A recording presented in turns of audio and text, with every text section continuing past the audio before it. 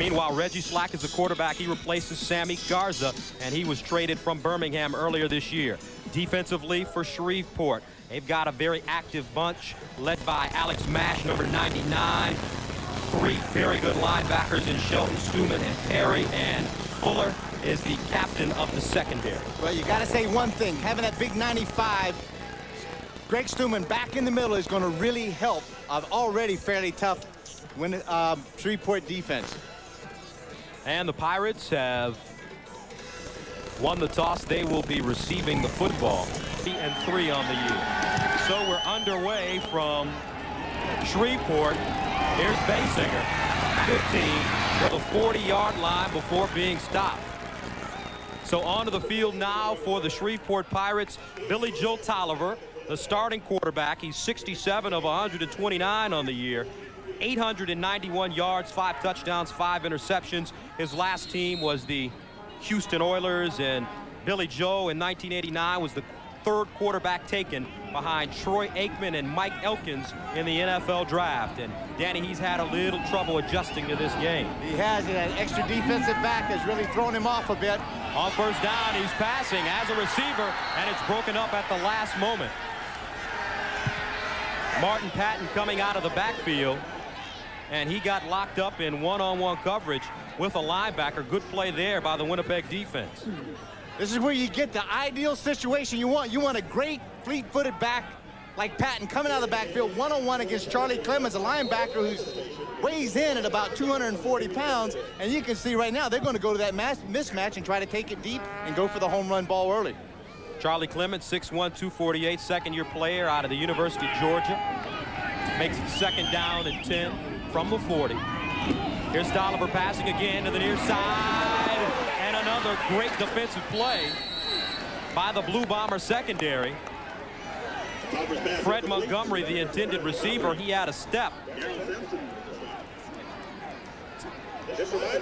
Post corner going back to the outside. He had 2 steps, looks like, on him, Gus. The ball hits him right in the shoulder pads. You got to catch that thing with your hands.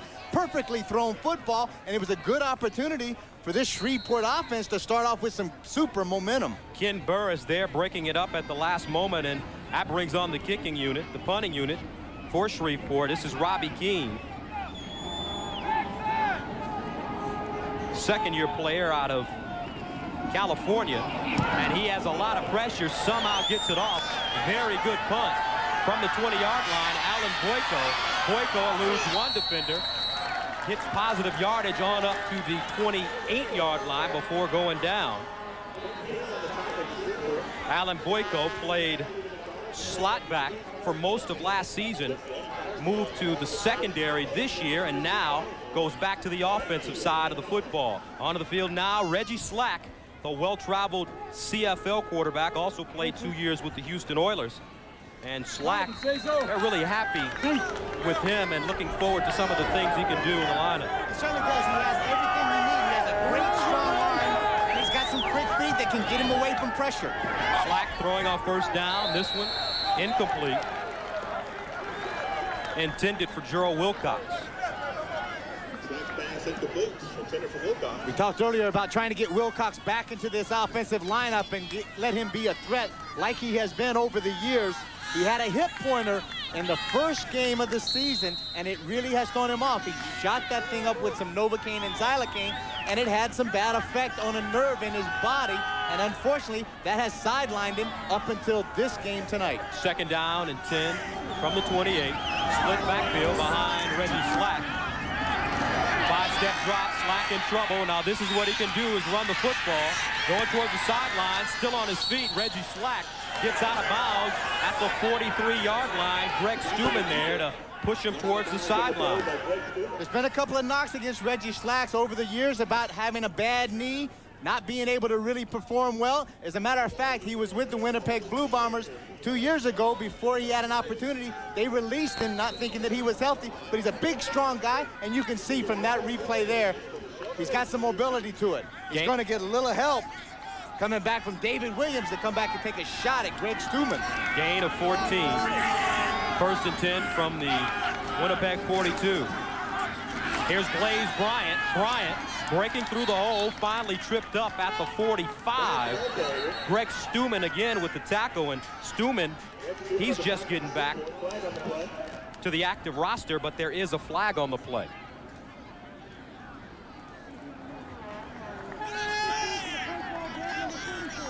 George Black, your referee. Major foul, unnecessary roughness. Shreveport, number 34, first down. So an unnecessary roughness call against Ron Perry will give the Blue Bombers great field position inside Shreveport territory. What you try to do defensively anytime you go on the field, particularly early in the game, you want to try to create some intimidation factor out there. And Ron Perry got caught with the unnecessary roughness call. On first down, this is Brian, and he and Reggie Slack trip over each other in the backfield. Brian lucky to get back to the line of scrimmage. Alex Mash, the closest Shreveport defender to him. But Blaze Bryant coming back last year, he was third in the CFL in rushing and an all-Eastern selection. This is a big part of this Winnipeg team. It really is. Not only is he such a key as far as running the ball, he's a great pass receiver, but what is really important is his leadership on the team. Second down and 10. Three-step drop for Slack, going over the middle as a receiver, and the ball is dropped. Gerald Alphin, a wide open Gerald Alphin, lets the ball come right out of his hands. He had a touchdown in front of him. He knew exactly, as far as Slack, where he wanted to go. He sprinted out away from Gerald Alphin. The safety is out of the middle, fakes to the corner. Now he comes back. He gets inside of Joe Fuller.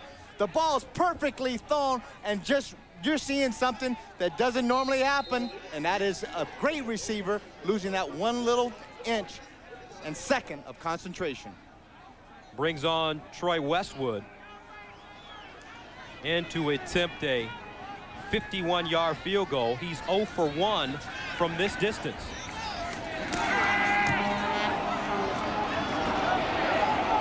And he will be 0 for 2. Freeman Basinger returning it out of the end zone up to the 25, make it the 27-yard line. Troy Westwood unable to convert on the 51-yard field goal. A flag is on the play, so with 11:14 remaining in the first quarter, there's still no score from Shreveport. The CFL on ESPN2 is being brought to you by Firestone Retailers. Come in now during the hot summer sale, and by Polymedica Industries Incorporated.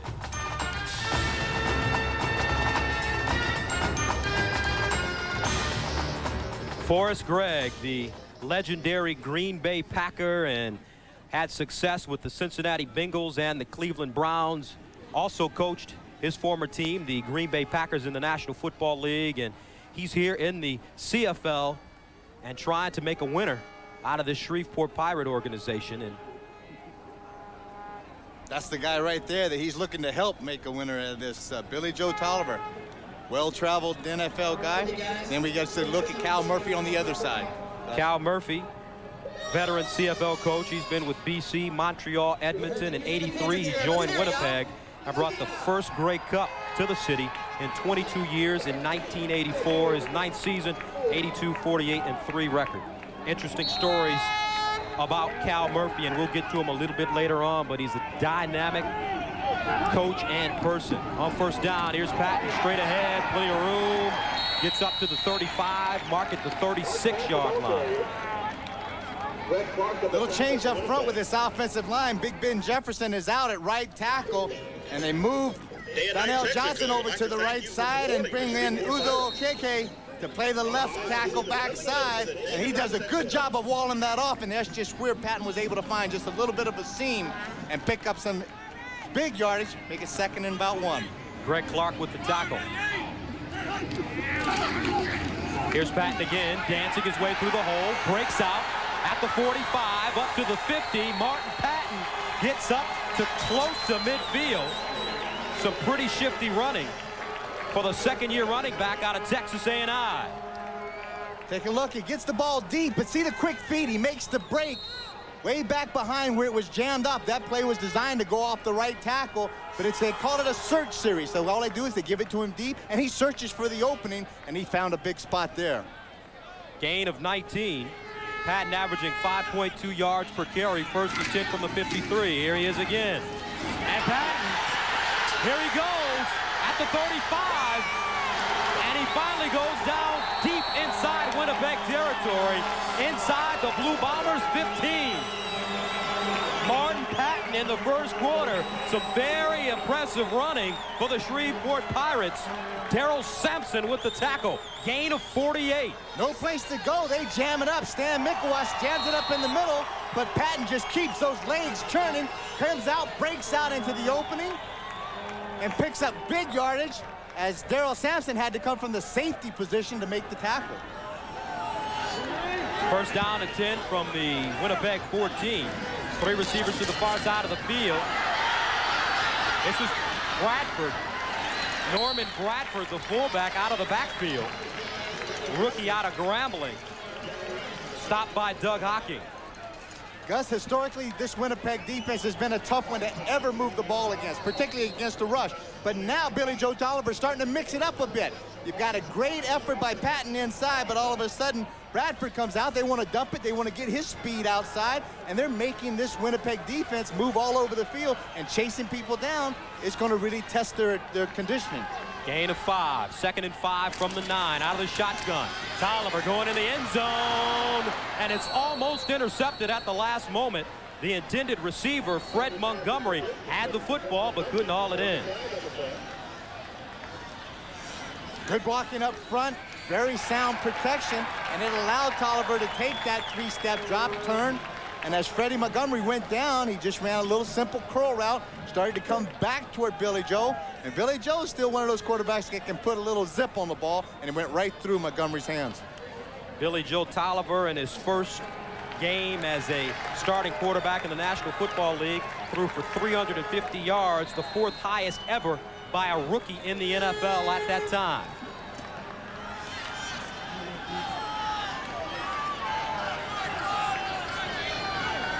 And right now, we'd like to welcome all the TSN viewers across Canada. We're in Independence Stadium here in Shreveport, Louisiana. Junior Smith with the carry there, and so far the story of this game has been the impressive running in the first quarter of Martin Patton, breaking 3 big ones off to get the Pirates down deep in Winnipeg territory. Not exactly this kind of guy that you think is going to have the power to get it up inside. Junior Smith out of East Carolina University, 5'6", only about 188 pounds. Brings up 2nd down from the 5-yard line. Tolliver in the end zone, incomplete. Intended for number 88, Terry Smith. Billy Joe throws it behind him, and that'll bring up a 3rd down situation and the kicking team. Gus, let's take a look at this. As Sampson, you can see, is the safety coming over, and he's going to poach inside. The ball is thrown behind. Had the ball been thrown clearly up the field to where Terry Smith, the new addition to this roster, was going to be, that ball had a good chance of being picked off. But the one thing I saw that maybe we didn't get a chance to was the whole offensive line and defensive line open up. Billy Joe Tolliver had about 10 yards that he could have ran that ball right into the end zone. 13-yard field goal attempt for Bjorn Nitmo. He's 11 of 13 on the year, 84%. Little chip shot here, and it's good. 7 minutes, 53 seconds remaining in the first quarter of play from Shreveport. Pirates have taken a 3-0 lead.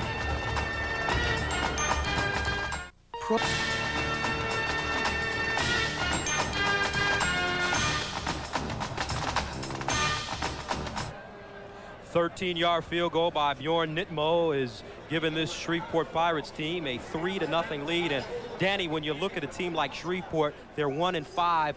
Scoring points early, that's the kind of confidence they need to sustain drives and momentum in ball games. Well, what's important there, you're right, Gus, they scored some points, but what they were able to do, they were able to move the ball very aggressively against a tough defense, both by the run and they dumped it off by the pass. So they really, if it was 2 and out, it would be a tough situation for them. But Billy Joe Tolliver is starting to show like he's got a little confidence. Patton has got some confidence, and as soon as those guys start having, that big offensive line up front can make a lot of things happen. Forrest Gregg spent 14 years with the Green Bay Packers, played in 187 consecutive games. 9 times straight All-Pro. And on first down, Blue Bombers letting the ball fly in the air. Anthony Shelton with the tackle. Reception made by Gerald Wilcox.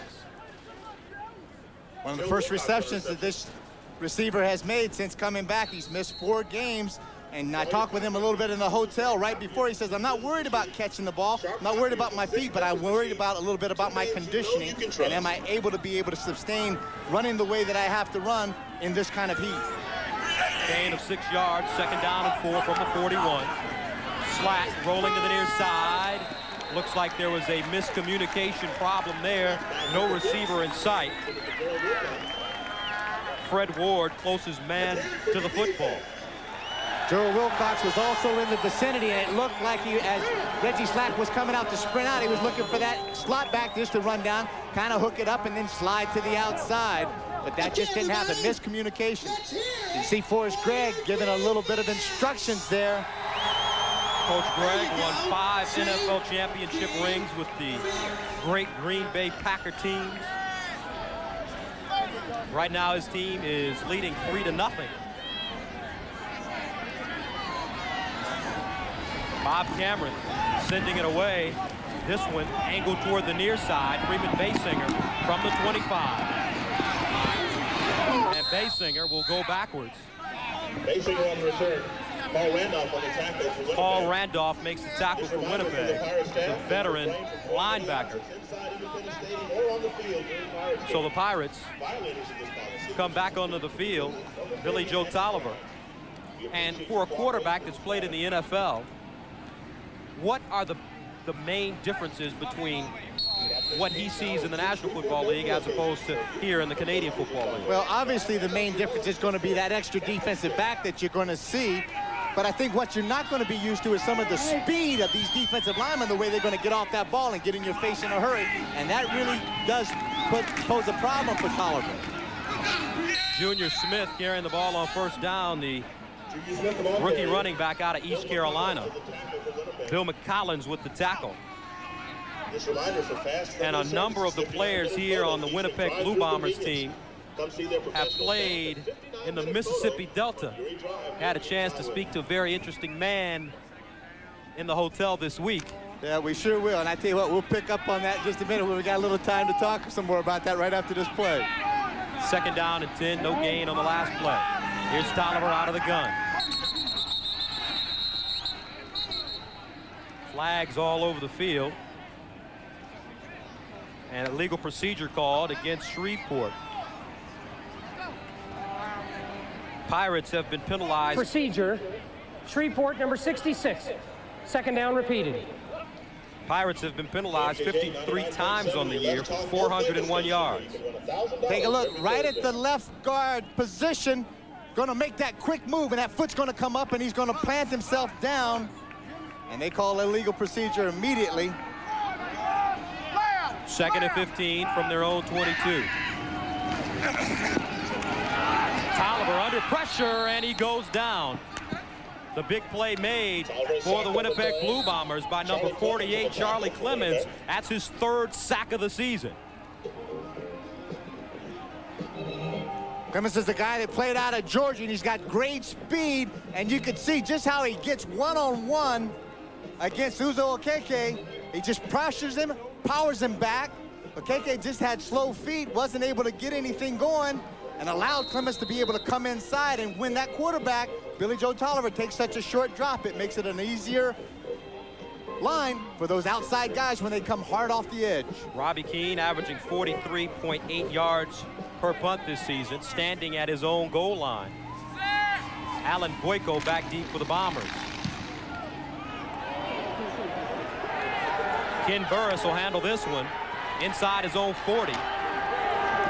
Burris goes down. Terry Smith with the tackle for Shreveport.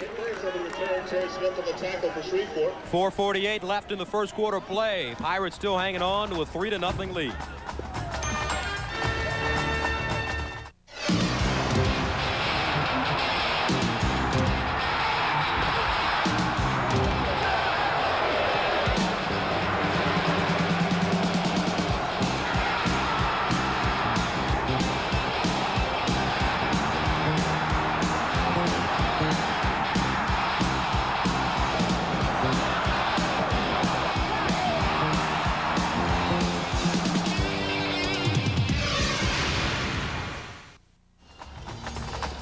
Barton Patton has been the difference for Shreveport in the first quarter. Number 5, 3 carries for 76 yards, and the Pirates lead Winnipeg 3-0. But the Bombers are back on offense right now as Reggie Slack tries to get some kind of drive going with 4:48 remaining in the first quarter of play.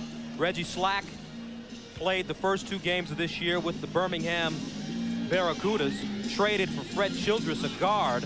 Last season played 7 games with Toronto and 7 games with Hamilton. And I remember calling a couple of games with Hamilton last year, Danny.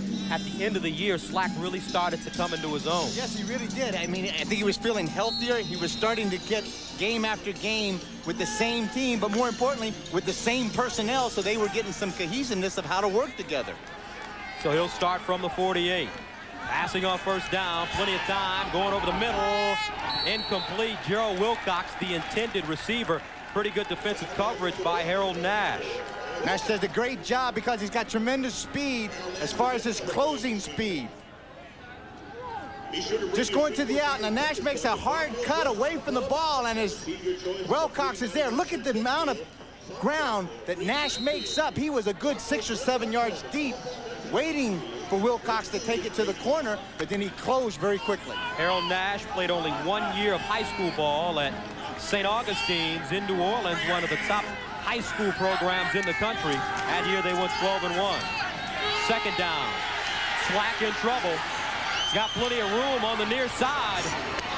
Gives Ray Savage a juke, but goes down at the 54-yard line. Savage, rather Ron Perry with the tackle.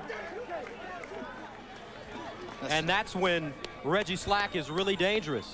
Going to sprint out here, but they get great containment up front. That's Ray Savage that forces him back out of the pocket. Now here's just a terrific one-on-one tackle in the open field. Reggie Slack, he's 6'2", about 215, 220 pounds. He's a big man, but Ron Perry does an excellent job of cutting him down before he gets to the first down. Bob Cameron in his 16th season in the Canadian Football League. He was a all-star quarterback in college at Arcadia. Was known as the Canadian Rifle, but has found a job in the CFL for 16 years as a punter, averaging 43 yards a punt this year. Here's Basinger at the 15. And a flag goes down. This will be the 5-yard, no yards penalty. Basinger wrapped up pretty hard by Watson. Basinger receiving the punt. Tackle made by Darius Watson. That's what's going to happen. Darius Watson's going to get called for the no yards penalties. As you may know, again, and remember, in the Canadian Football League, there's no fair catches, but there's a 5-yard zone. No yards. Winnipeg number 44. 15-yard penalty. First down. Now they're going to call it on K.D. Williams, the linebacker.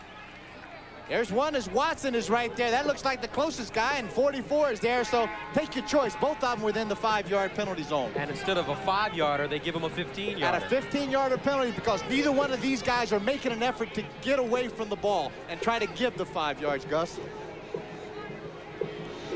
So they'll march it 15 yards towards the Winnipeg goal line. And Billy Joe Tolliver and the offense start 1st and 10 from their own 31. Split backfield.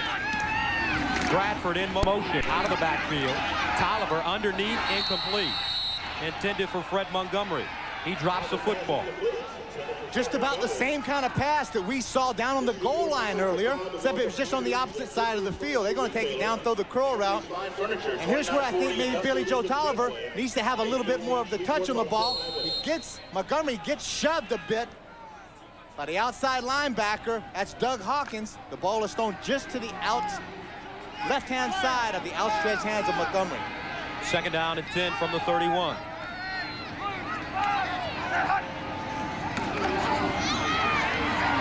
Complete to Curtis Mayfield, and he goes down hard.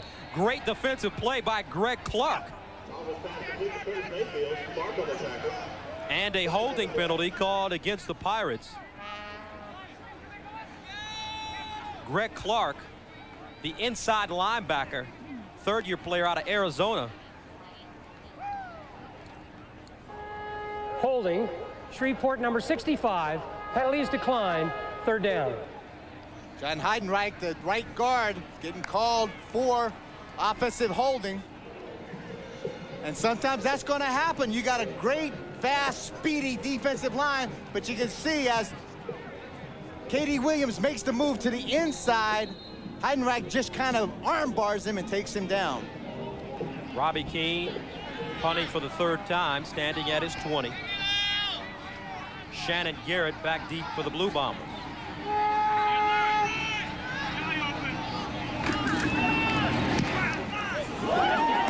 And Keane hits a bomb. This one all the way back and into the end zone. That's a single point in the Canadian Football League. Robbie Keane just unloaded on that punt, and it gives the Pirates a 4-0 lead. What a howitzer that came off Keane's foot. Kenny Burgess was giving him plenty of room, thinking that this guy could kick the ball 50 or 60 yards. Robbie Keane, previously his long 66 yards, delivers an 84-yard punt right there. And he's obviously getting congratulated by his teammates. Gus, it's important there. You can see that everybody is starting to help out a bit. The offense is scoring a few points and moving the ball. The defense and the special teams are starting to help out. And Blaze Bryant carrying the football on 1st down, tackled by Eldonta Osborne, 2nd-year player out of LSU.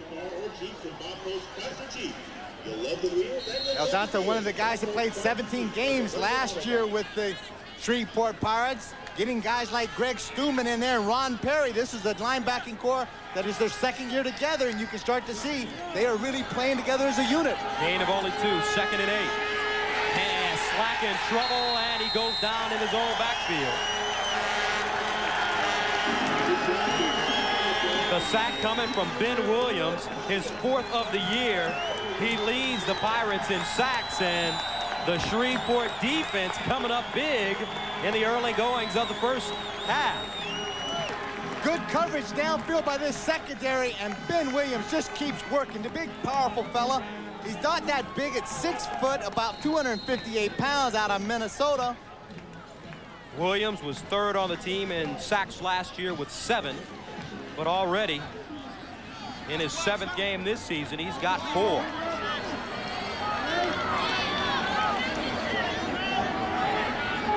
Bob Cameron from his own 17. And this one is partially blocked. Picked up, and a flag goes on the play. Freeman Basinger still running. Basinger will walk into the end zone. Touchdown Shreveport. That's the only thing that can be the call now. The punter is the only guy in the Canadian Football League. When he punts it, he's onside. He's behind the ball. So he is allowed to go down and be able to recover that ball. Now, if one of these flags happens to be on Bob Cameron, it's not. They're calling the no yards against Winnipeg. So therefore, they will decline it. The touchdown will stand. Winnipeg, penalty is declined. Touchdown. And those are part of the rules in the Canadian Football League. Freeman Basinger, smart enough to pick it up and take it back for a score. 45 yards. You could hear that this is going to happen on the sideline. The guy that comes through, that's Norman Bradford, gets a piece of the ball. Now, as you see, number 6, Bob Cameron is onside. He is eligible to come down the field and to recover. You can see number 6 is in the middle of the screen. But right at the last minute, Basinger finds the ball, picks it up before Bob Cameron has a chance to recover that ball. Bjorn Nickmo for the extra point, and it's good. And the 1-5 Shreveport Pirates have come out and surprised Cal Murphy's Winnipeg Blue Bombers. They've taken an 11-0 lead with 24 seconds remaining in the 1st quarter of play. Not a very good effort of the punt team right up front, blocking your man. There's an old term that says you got to hot your man. You got to put your head on the torso and hot the guy. Now take a look. Here's real heads-up play. Basinger's coming in right at the last minute. Everybody's trying to get away. It looks like you can see that some of the young players on Shreveport are not exactly sure what to do with that football. But Basinger knows, he's been around for a while. Comes in there, everybody's standing around. He's able to get outside, finds a little crease, and when he's got that kind of speed that he possesses, you're not going to get him till he does this kind of dance. First return for a touchdown for the Pirates this season. Freeman Basinger, who also is a receiver on offense, makes it an 11-0 game with a 45-yard return. That's kind of a big thing, too, for Basinger, because last week, a couple of weeks ago in Winnipeg, he was one of the guys that fumbled one of the punts into the end zone, and Winnipeg recovered and gave him a big opportunity and a big score at one time. So maybe he had some little redemption in there, and he went out there and took it on himself, and he makes a lot of things happen once he gets his hands on the ball and he gets a little grass in front of him. Last time these two teams met, it was in Winnipeg when the Blue Bombers walked away with a 37-29 victory against Shreveport. But talking to their coaches, the coaches from Winnipeg, they're really afraid of all the speed that this Shreveport team possesses. Here's Fred Ward. Straight ahead, Ward goes down at the 33-yard line, make it the 34. Fred Ward on the return for Winnipeg. Terry Smith with the tackle. That's his second tackle on special teams. And Freeman Basinger, bandana and all, 45-yard return for a touchdown. Out of Humboldt.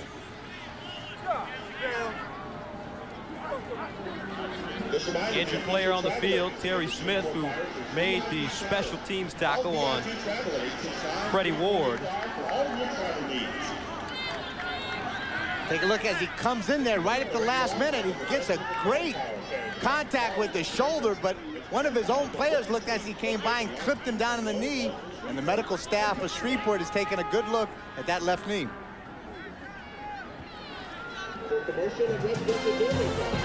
Well, Sunday night baseball, 8 p.m. Eastern time, 5 p.m. Pacific.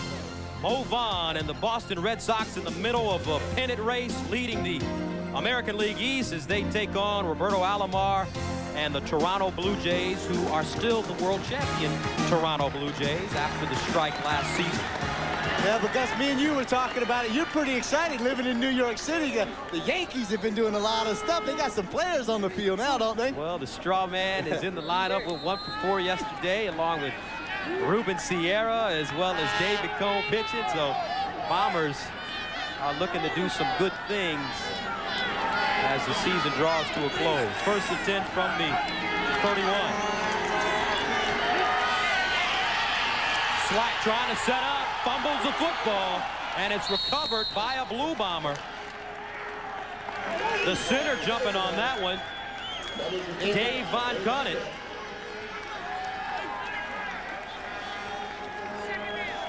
Same play that they had run earlier when he broke on the scramble, but Shreveport does an excellent job. Look at the good containment on the outside. That's Ray Savage again. And as they come back inside, 99 is Alex Mash that gets his hands out and strips the ball loose. And we're at the end of the first quarter of play with the Shreveport Pirates ahead of Winnipeg, 11-0 from Shreveport. We're at the beginning of the second quarter of play. Shreveport leading Winnipeg 11-0, and Reggie Slack on second down. An incomplete pass intended for David Williams, and the Winnipeg offense goes off the field once again after another unproductive possession. Slack. Yeah, looking very disturbed as he walked off the sideline there, and you could see the expression on Coach Cal Murphy's face, a bit of frustration on his too. Slack is 1 for 6, 64 yards. Here's Cameron. Nice spiraling punt, sending Basinger back to his own 26. Basinger heading upfield and finally goes down at the 45, but there is a flag on the play. Yes, I think they're going to be bringing it back. It looked like Junior Smith got caught for an illegal block, a clip.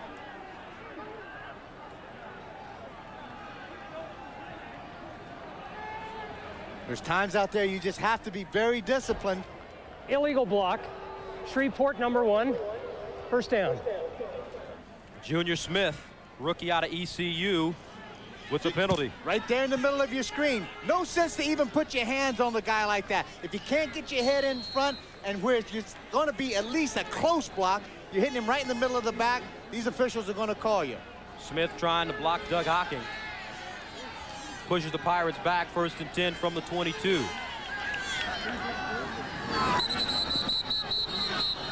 Another penalty flag. It looks like it'll be a legal procedure called against the Pirates again.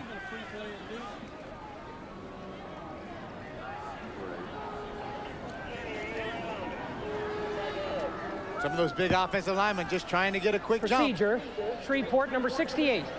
First down repeated.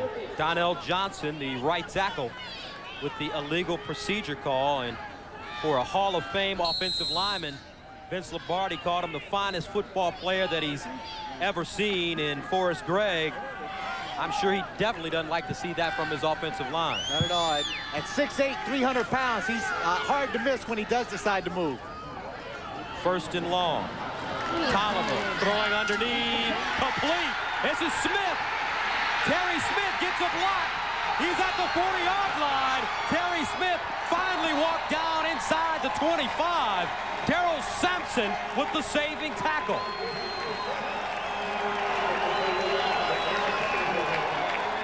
To his credit, Billy Joe Tolliver stands in there. He knows he's going to get thumped when he releases this ball, steps up into the pocket. It's a duck. But Terry Smith makes a great adjustment to come back to the ball as it's really kind of going end over end and makes a big play. Tolliver gets hit. The ball's hung up. He's in a one-on-one coverage against Doug Hawkins. The linebacker should be a mismatch. And Terry Smith shows some great speed, but not quite as fast as Darrell Sampson, the safety. 72-yard reception for Terry Smith. 1st and 15 from the 22 towards the end zone. Catch made by Freeman Basinger at the 2-yard line. Great ability to cradle the football before going out of bounds. When you have a stand-up pocket passer like this and you're able to give him some time to throw the ball and allow that receiver to do his shake and bake downfield, great results happen. Now, as Billy Joe comes back, it's just a 4-step drop, and he's going to be a quick post corner. Basinger does a great job of looking the ball in, dragging his foot in. As you know, in the Canadian Football League, you only have to have 1 foot in bounds, and that's a pinpoint passing by the quarterback, Billy Joe Tolliver. 13-11 remaining in the 2nd quarter. Pirates threatening to go in the end zone again. 1st down, goal to goal from the 2. Touchdown, Shreveport.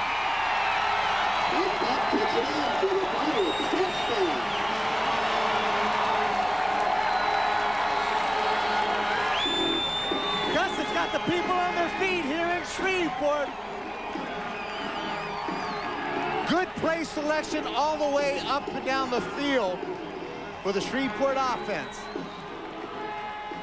13:01 remaining in the 2nd quarter, and Martin Patton takes 2 yards for the score. Blocked down, a pull out by John Heidenreich. The guard, and all Patton does is follow that big guard, that 315 pounds, right up the chute and gets the ball in the end zone. And we'll have a offside penalty called against Winnipeg. Some movement on the left side.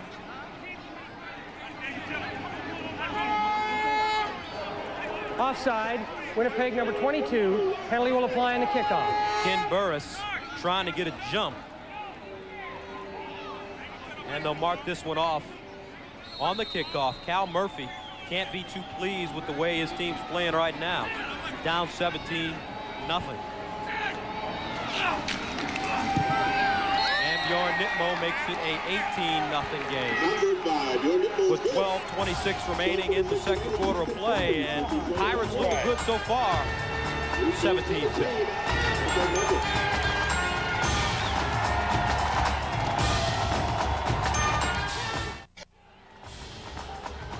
Shreveport, Louisiana, Independence Stadium in the heartland of the CFL Southern Division, and the Pirates, who came into this game with only 1 win, lead 18-0 with 12:26 remaining in the second quarter of play. Dustin, they played a very solid game in every phase of football right now, as far as offensively, defensively, and the special teams. Take a look at the scoring drive there. 4 plays, 95 yards, and that's Patton on a 2-yard TD run. Bjorn Nitmo will kick it off from the 35, rather from the 40. 5-yard penalty on the extra point against Ken Burris.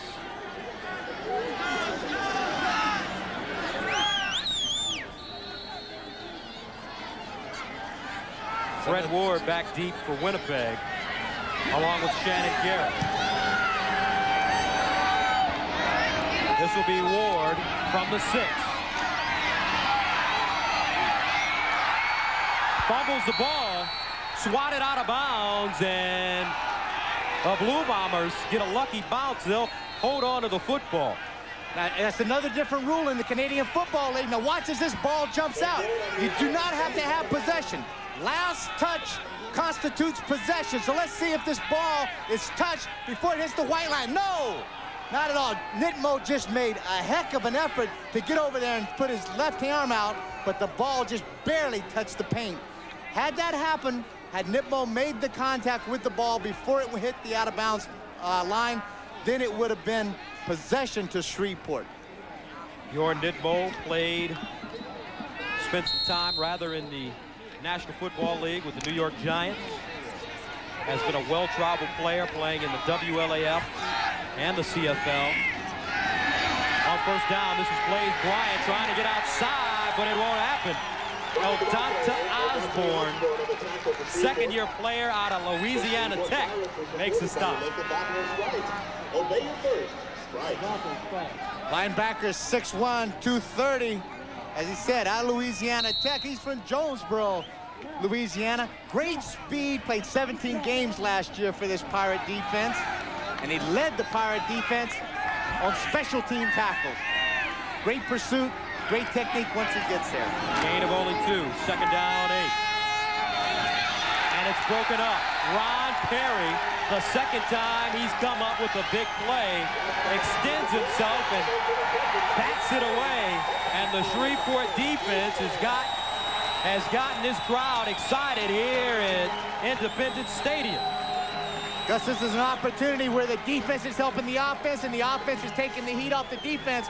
These guys have not had the opportunity through the course of the season to get offense rest. They usually have been out there, the offense has sputtered a bit, 2 and out, and the defense has played a lot. But now you can see Billy Joe Tavler moving the offense up and down the field. And then when this defense gets a chance to go out there on the field, they've got the stamina, they've got the quickness, and they make big plays. Basinger at the 47, and he goes down immediately. Flags on the play. No yards penalty coming up.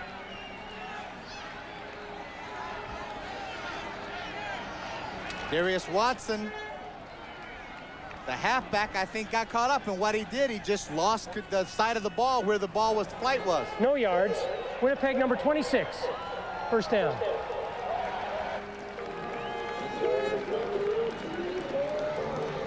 So nothing going right for Cal Murphy's team at this point as they trail 18-0 in the second quarter. 10-yard penalty assessed against the Blue Bombers. Pirates will start from the Winnipeg 48. To the far side, complete and out of bounds. Great catch by Wayne Walker, and that's something that Billy Joe Tolliver has done before.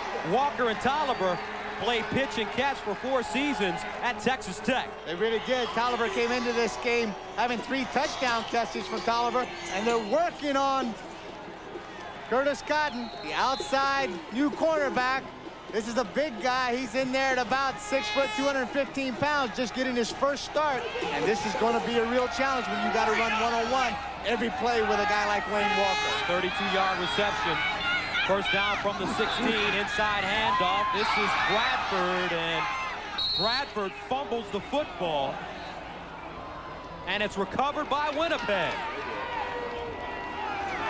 So we have our first turnover of the ball game. Number 95, Leonard Johnson, who received a rare start this evening at left tackle, comes up with his first fumble recovery of the year. Great pursuit from the backside by Charlie Clemens and strips the ball loose inside. Leonard Johnson, one of the guys there also. And when you get the ball deep into that red zone the way it is, you really have to hold on to it. Take a look at why these two teams are really struggling, Gus. Both of them are in the minus categories in the giveaway, takeaway category. First attempt from the 13. Slack in trouble again. Still on his feet, fires, and has a receiver. This is Gerald Wilcox. Slack's pass is complete. Gerald Wilcox. And talking about making something out of nothing, Slack in trouble. Had the composure to set his feet and deliver a strike to Wilcox. And what happens when you work with a really good veteran receiving corps, as Winnipeg does have? They know that they look back, see their quarterback in trouble, they look to the open spot and find a place to find so that Reggie Slack can do exactly what we just saw, make a completion to him. Gain of 13, first down from the 27. This is Bryant with the blocker. Bryant over the 30. Tackled at the 31-yard line. Reggie Rogers with the tackle for Shreveport. Rogers was the 7th overall pick by the Detroit Lions in the 1987 draft, but there is a flag on the play. Trying to run that counter trap using the youngster Kenny Brown. The starting left tackle and pulling, but we'll listen to the penalty. Holding, Winnipeg number 60. First down repeated. Dave Van Conant, the center, gets called for holding, Gus. Second penalty called against Van Conant today. Drives the Blue Bombers back towards their own end zone. Take a look at the center, right underneath Reggie Slack. He's going to pull out, grab the arm bar there, and as he hooks him around, he puts both arms around him and takes him straight down on the ground. Back to live action, another great play by Reggie Rogers as he tackles Blaze Bryant in the backfield.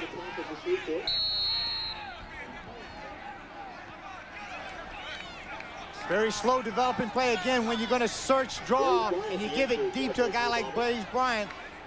This Shreveport defense has got great speed and they pursue to the ball. And when they do, they make you pay. As you can see, Blaze Bryant is slow getting up. Blaze Bryant played in 16 games last year, left the team after suffering a torn anterior cruciate ligament. This is his first game back, and he's coming back from an injury. He is, and that's the thing that Cal Murphy was excited about with this team, that, as far as the 6th game of the season. He's starting to get back some of his injured players that really do produce some offensive weapons for Winnipeg. Blaze Bryant being tended to. It looks like his left knee is being looked at.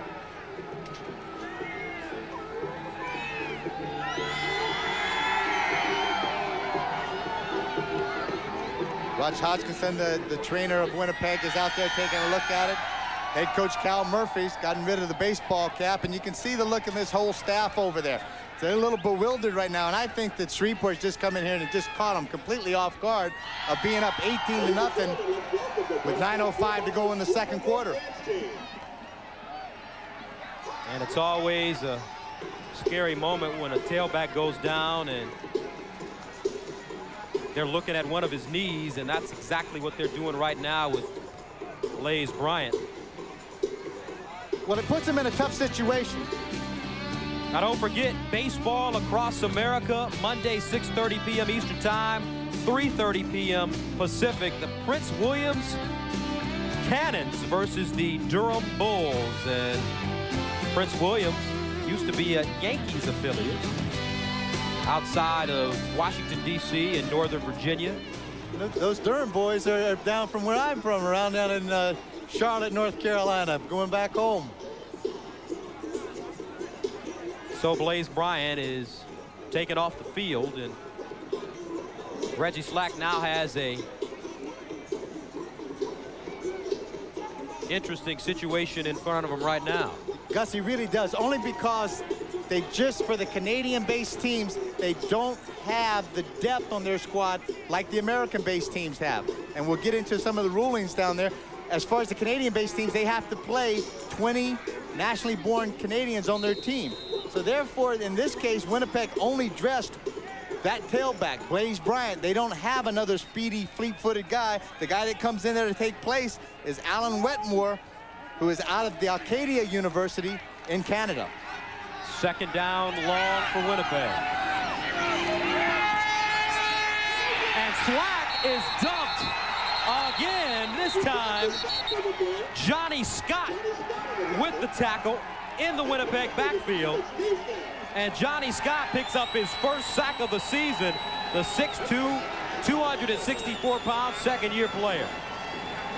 This is all coverage sack down there. Look, take a look. Reggie Slack can't find anybody to throw the ball to, and that gives Johnny Scott enough time to work upfield against Walby and then come back inside and make the sack. Johnny Scott did not attend college. His second season with Shreveport. Third down. Cameron 2 yards deep in his own end zone. Not a very good kick, low. Fielded at the 52, a fumble. Whistles on the play. It's recovered by the Blue Bombers. Gus, but I think what they're going to call is that he went down and the ground cannot cause the fumble.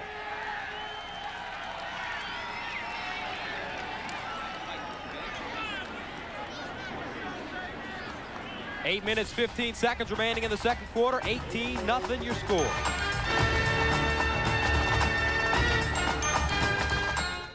At Independence Stadium, Billy Joe Tolliver has his team on top of Winnipeg, 18-0. Tolliver signed during the offseason for over $300,000 a year. At one time, lost his starting job to Mike Johnson, who was the starting quarterback until he went out with a broken leg. But this evening, Tolliver doing a pretty good job, 5 of 10 for 137 yards on the night.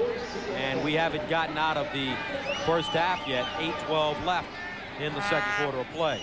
Getting a lot of help from his teammates out there. That offensive line is buying some time for him, giving him some protection, and he's got some guys that are making some catches, and a guy named Martin Patton who is carrying it out of the backfield and making a lot of things happen. Defensively, they're getting some balls around, they're turning it over, and they're stopping Winnipeg and not allowing them to move the ball up and down the field on them. Billy Joe made a lot of stops in the NFL, playing for San Diego, Atlanta, and Houston. Holds every passing record out of Texas Tech in the Southwest Conference. First and 10, reverse. This is Basinger. Has plenty of room, gets a block from Tolliver. Freeman Basinger out of bounds at the 40. Flags are on the play, but Billy Joe Tolliver got his nose a little bit dirty, came up with a great block to spring the speedy Basinger. Utilizing the speed on this team and also trying to take advantage of the speed of this Winnipeg defense. Get them going one way, get them chasing, now send it back the other way. Basinger comes in there. There's a little bit of a block. Tolliver didn't get much, but he got enough to knock Katie Williams off his feet. And Basinger gets laced into the wall on the other side. A gain of 14 yards. A penalty is being called on the play. Necessary roughness. Winnipeg number 26. 15-yard penalty, first down. Darius Watson called for the unnecessary roughness call. So along with the 14-yard run, add 15 more yards to it. Take a look. Basinger is clearly out of bounds. A couple of hands get on him and he slides into it. There's not much room once you get off the playing field before you hit the wall. As you just saw, Basinger was able to slide in there and not have to hit it too hard, and he's back on the playing field. Winnipeg's been called for 7 penalties. 70 yards in the first half. And here's Patton stumbling ahead. Martin Patton tackled by Stan Mikawa, the veteran nose guard for Winnipeg. This team, they just started to gel together, and big things are happening to create some momentum and some motivation, and that fella there has had a lot to do with it through the course of this first half. Basinger Martin Patton, 5 carries, 88 yards. Second down and 4. Plenty of time for Billy Joe Tolliver to the near side, complete. This is Curtis Mayfield. Mayfield goes down at the 15. Close to the first down. Doug Hocking with the tackle. Let's take a good look at the number of penalties there. There's 7 penalties so far, 70 yards for Winnipeg, just like you had said earlier. 3 of those against Darius Watson, number 26. Now they're going to measure on this, and it'll be really, really close. And just the kind of thing that could be a true momentum builder. It's 3rd down and only inches, but you know, in the Canadian Football League, the defense has to line up a yard off the ball. So you can see a big guy like Tolliver just taking it, quarterback sneaking, keeping this first down and making a possession drive out of it for the Shreveport Pirates. No doubt, usually in the CFL on 3rd down in short situations, because of the alignment, the 1-yard alignment off the ball, most teams always go for it. And as you see, Tolliver still on the field. I'm not screaming at you. I'm talking to you like a man. I'm telling you not to do shit.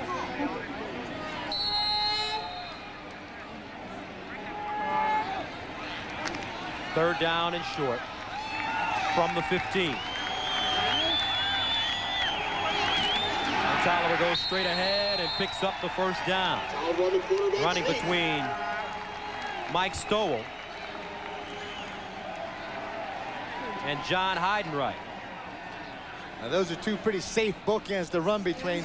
Stowell comes in about 6'3", 295. John Heidenreich, 6'6", 315 listed in the program. I'd feel pretty safe running behind him. So the Pirates pick up a first down, and they're on Winnipeg's 14-yard line. 6:08 remaining in the second quarter. Tolliver letting it fly again, incomplete, in and out of the hands of Norman Bradford, who had lined up as a wide receiver, but there is a flag in the backfield of Shreveport. Very late flag, Gus. The last time that Shreveport was able to get down here, they lost the ball on a fumble. Could be another unnecessary roughness call. Major foul, unnecessary roughness. Winnipeg number 95, half the distance, first down. Leonard Johnson, 4th-year player out of Georgia Military, with an unnecessary roughness call. We don't see much happening right now, right at the last minute. The flag comes down after the fact. That ball's been thrown, but the play took place just to the right of your screen. Johnson and an offensive lineman of Shreveport got into it, and Johnson gets called. Half the distance to the goal line from the 8-yard line. This is Martin Patton, and he gets to the 5. One thing I like about Patton is he continues to always fall forward. He's got great momentum, and he looks like he has terrific, quick feet with that excellent balance. Like you said, that head is always pointing toward the goal line. Patton was all Lone Star first team, averaging 73 yards per game when he was at Texas A&I, transferred from the University of Miami back to Texas A&I. Second down and 5. Incomplete, intended for Basinger. Also on the play, Wayne Walker.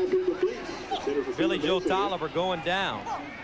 Had a whole lot of pressure being applied to him. K.D. Williams on top of him.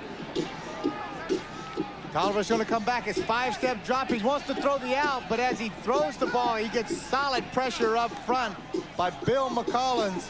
And also K.D. Williams was doing an excellent job of doing as far as getting up the field, getting into Billy Tolliver's face, and having him to throw the ball over the intended receiver. So Bjorn Nitmo, the left-footed kicker, comes on for another 13-yard field goal.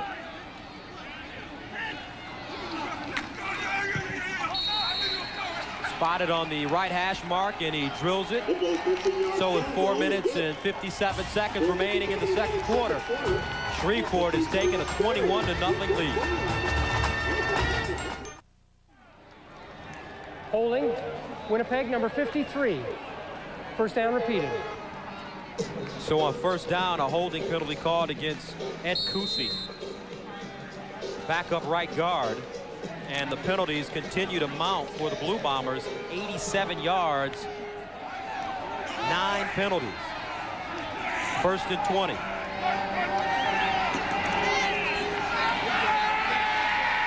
Slack breaks contain, and Slack goes down at the 30-yard line. Gain of about 5. Eldonta Osborne with the tackle. Good job again in this Shreveport secondary as far as staying with the receivers, playing a good solid zone, forcing Slack to have to hold on to the ball a little longer. And this quick defensive line of Shreveport was able to put some pressure on him and finally tackle him after only a gain of about 5 or 6 yards.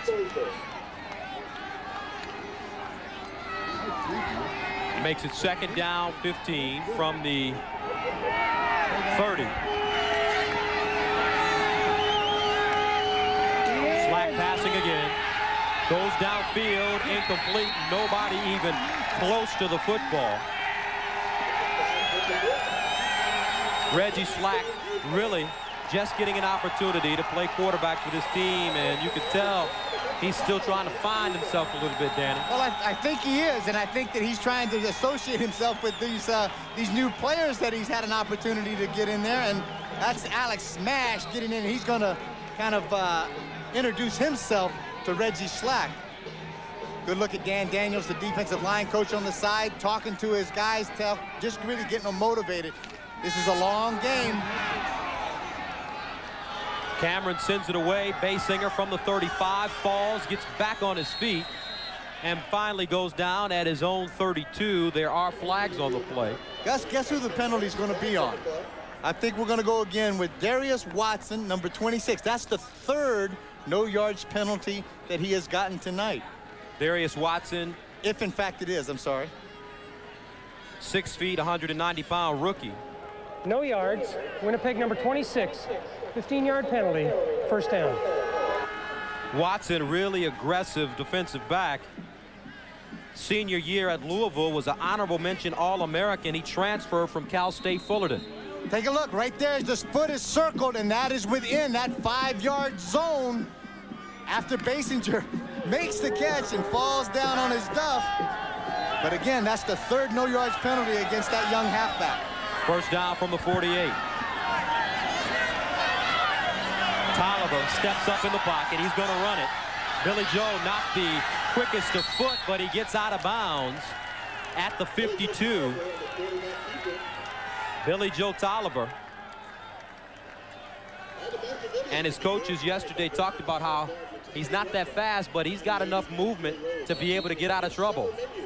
3-minute warning we're at now, 21-0 Pirates.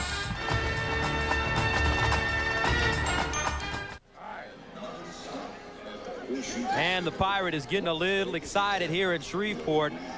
They're up 21-0 over the Winnipeg Blue Bombers at Independence Stadium, going after their 2nd win of the season. And Danny, we've had a chance to spend a couple of days in town here, and people are really excited. They get a lot of coverage for the CFL here in this city. We were watching last night the television, and there are ads running constantly about season ticket and public businesses and using, Shreveport and talking about the Pirates. And I even saw that guy on a commercial last night. This guy will do anything to get a free ticket to get in to watch these games. But these are very knowledgeable people down here. They understand football. They may not understand the Canadian football rules right yet, but they understand hustle and they understand athletic ability and great catches and excitement. And I tell you what, tonight, the crowd that is here have been standing on their feet when this Shreveport team is ahead 21-0. Billy Joe, 6 of 12, 141 yards. Got out of bounds after gaining 4 yards. Now it's 2nd down and 6 from his own 52-yard line.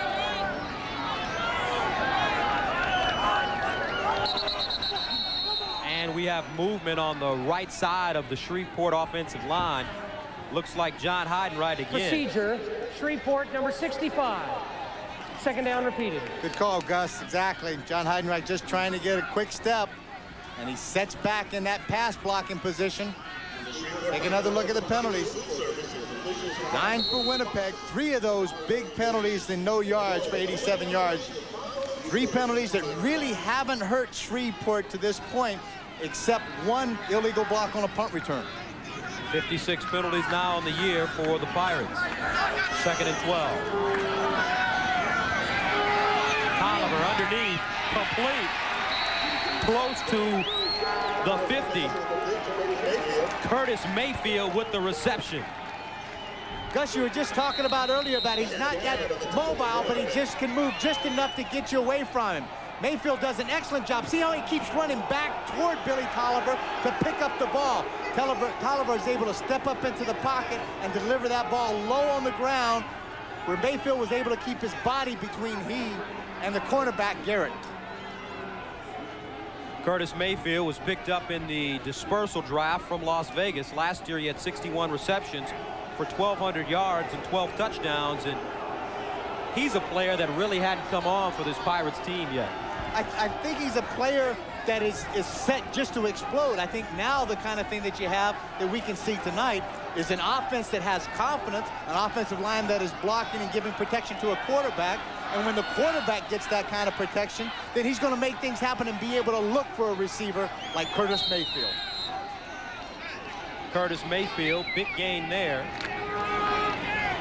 Gain of 14 yards. 3rd down and 1 from the 48. Tolliver straight ahead, and he picks up the 1st down. Billy Joe, 6'3", 200 pounds. So he got his weight in front of him and picked up the 1st down for Shreveport. Terrific thing that Billy Joe and that offense is doing right now. They're going out there as possession drives. They're using the clock. They're working time off. They're picking up those 1st downs. And more importantly, they're keeping that defense of Shreveport on the sideline resting, so when they get out there, they can chase Reggie Slack around full speed. 1st down from the Winnipeg 51. 3 receivers to the far side of the field. Curtis Mayfield, the lone receiver on the near side. And Tolliver is dumped at the 50-yard line. Colin Scribner just stormed out of his nose guard position and came up with the sack. His 1st of the year, but there is a penalty on the play. Colin Scribner is the younger brother of Glenn Scribner, who is a great defensive tackle out for the BC Lions, Grey Cup champions last year.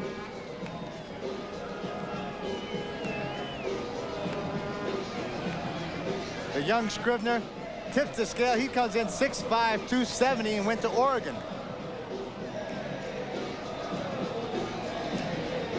A lot of penalties being called in this game, Kep. There is, and a lot of these. Shreveport number 2. Penalty is declined. 2nd down. Norman Bradford called for the holding penalty. The fullback. And sometimes when you get those fullbacks, and Bradford's not that big, he's about 6'3", about 200 pounds. He gets locked up with some of those big defensive linemen coming in there. The tendency is to grab a little cloth if you feel your quarterback is in trouble. 2nd and 16. Tolliver pressured again, fires. Incomplete pass. Martin Patton catching it off the carpet. But Billy Joe Tolliver under extreme pressure on that last play. This Winnipeg defense is sending 5 guys, and they're starting to loop around up in front. That's number 99. That's Bill McCollins coming up there to create the pressure, force Billy Joe to have to step up into the pocket and try to throw the ball to Patton off balance. So the Pirates will have to send it away. Leading 21-0 with 1:41 seconds remaining in the 1st half.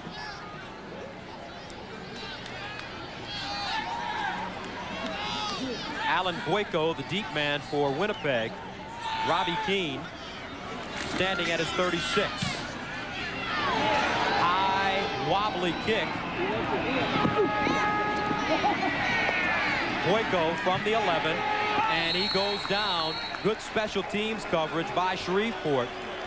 Will Covington, the 1st man there.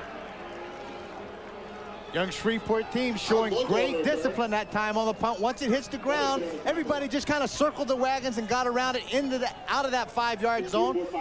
Forced the return man Boyko to have to pick it up, and then once he got his hands on it, they made the tackle. Take a look at the numbers of Reggie there, Gus. 2 of 9, 19 yards.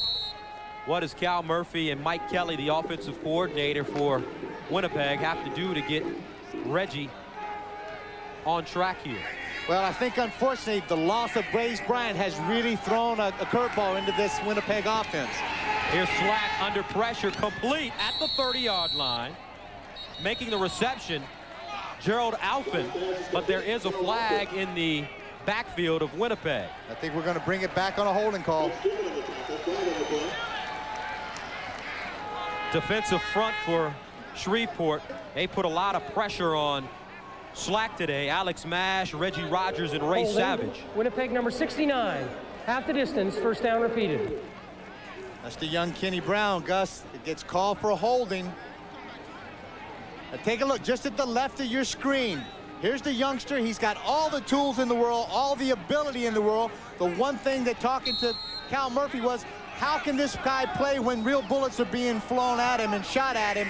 And he's really risen to the occasion so far, except in that case, getting called for holding. First and 15, Slack passing out of his own end zone. Incomplete. Gerald Wilcox unable to haul in the football. Good pass by Reggie Slack. Hit Wilcox right in the hands. And that's a play that he normally makes. Slack wants to throw the counter bootleg as he comes back out, and the Shreveport defense is forcing him to go off the primary receiver to come to the third guy. You can see the heat that's up front. That's Johnny Scott in Reggie Slack's face again. Johnny Scott has been all around the quarterback all during the first half. Second and 15. Play action. Slack to the far side, incomplete. Nobody home again. David Williams and Reggie Slack trying to hook up on the far side of the field. Williams just being reactivated to this Winnipeg Blue Bomber team. So 1 minute and 9 seconds remain in the second quarter. Gus, and we've seen a lot of that between particularly Reggie Slack getting his first start at quarterback, a guy like David Williams coming back off of torn Achilles last year. There's a lot of miscommunication where the quarterback thinks they're going to go to one position and one pattern, and the receiver runs something else. So Bob Cameron, 10 yards deep in his own end zone, will send it away.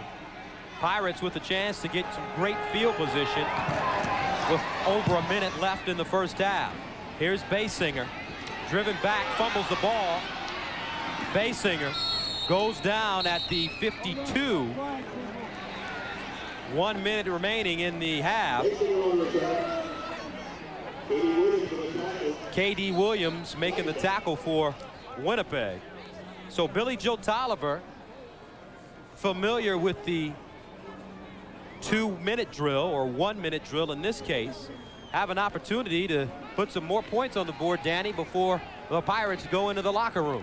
Gus, it's held by in the Canadian Football League that the clock will stop after every play at the last 3 minutes of the half and the last 3 minutes of the game. So this 1 minute is going to last a long time, and if Billy Joe Tolliver really has some great field management out there, he'll be able to position the Shreveport team to where Nitmo can get a chance for a long field goal.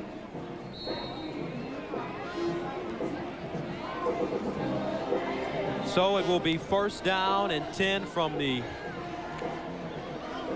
48, the Shreveport 48. I formation right now behind Billy Joe Tolliver. They keep it on the ground. Here's Patton, and he goes down immediately at about the line of scrimmage. Scrivener with the tackle. Now coming up at halftime, Sports Mash, along with some interviews from both coaches and highlights and statistics, along with analysis from our Danny Kepley. Paul Randolph, the leader on this Winnipeg defense, steps in there just like good linebacker, takes on the block, makes the tackle. Here's Mayfield at the 50, and Curtis Mayfield picks up the first down inside Winnipeg territory, down at the 47-yard line. Gain of 13. Shannon Garrett really giving Mayfield a lot of room and respecting the speed of Mayfield. And Tolliver's able to throw the ball underneath. First down from the 48. Tolliver Going up top for Mayfield. Makes the catch. Turns it inside. Curtis Mayfield. Touchdown, Shreveport.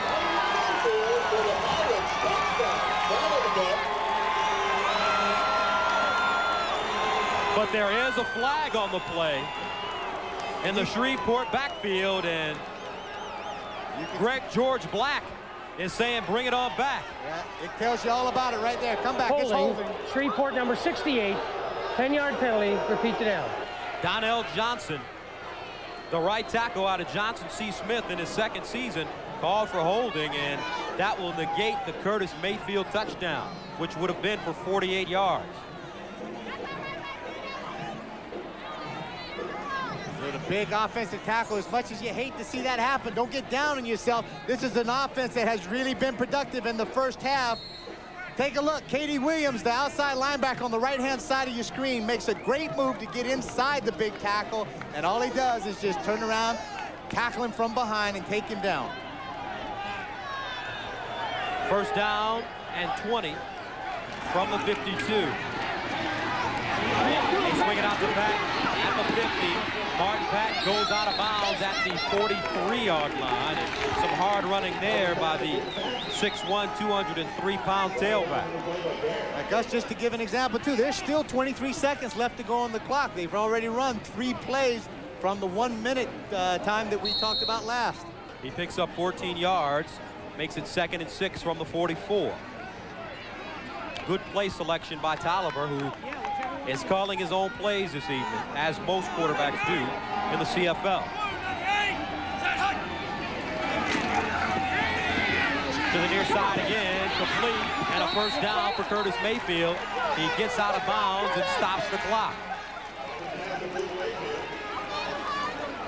So Billy Joe Tolliver doing a good job, kept nickel and diming him right now. He really does. He's shown some great poise in the backfield. He's getting time to be able to see the whole field, and when he does have that time, they're being very productive, as they have in this first half.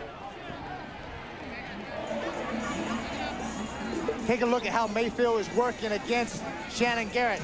Makes the hard move to the inside. Garrett bites on it, and then all of a sudden Mayfield brings the ball back to the outside.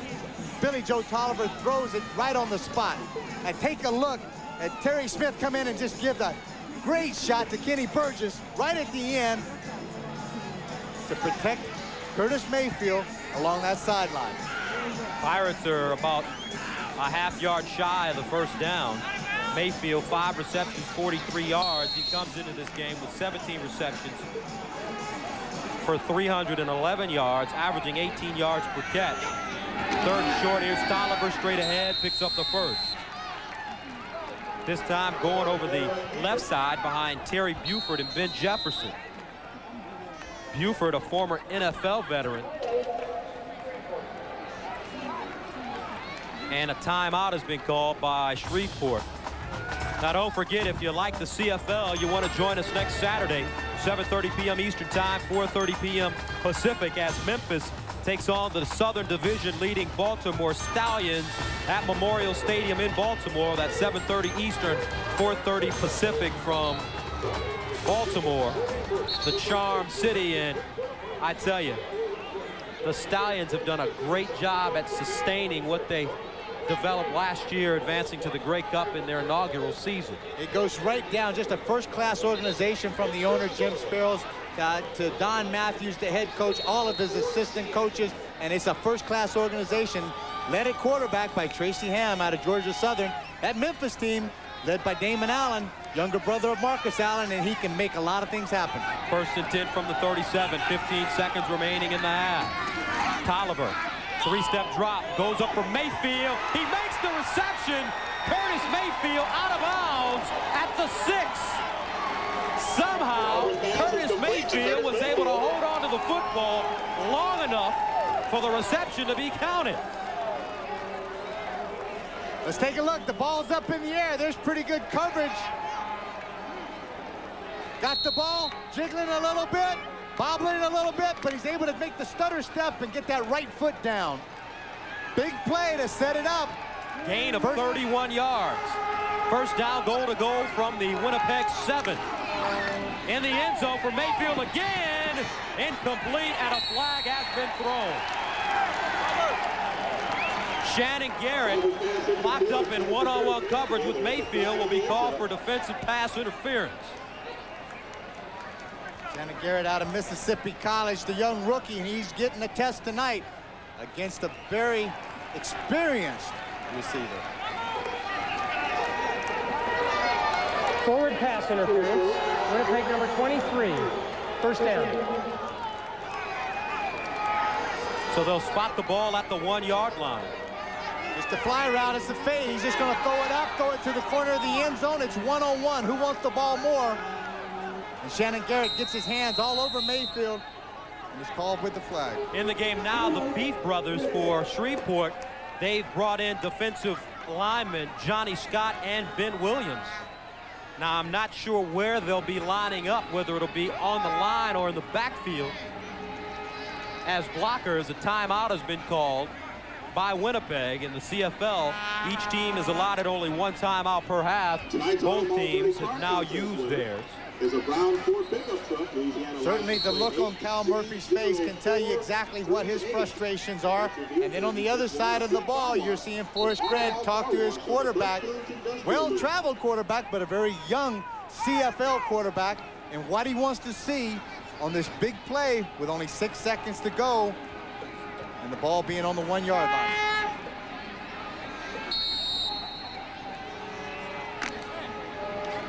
So in the lineup now, number 72, Johnny Scott, along with Ben Williams. And here's Patton over the right side.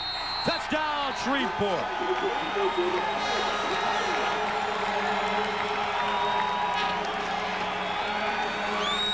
Martin Patton picks up his 4th touchdown of the year. He's got 2 in this game. And the Shreveport Pirates have taken a 27-0 lead. Big Patton jumps right behind Donnell Johnson at right tackle. John Hendricks, Heidenreich, I should say, off that right side, does an excellent job breaking a tackle. The young back has great leg strength. He's able to get the ball in for the major. Martin Patton has 9 carries on 94 yards, 2 touchdowns.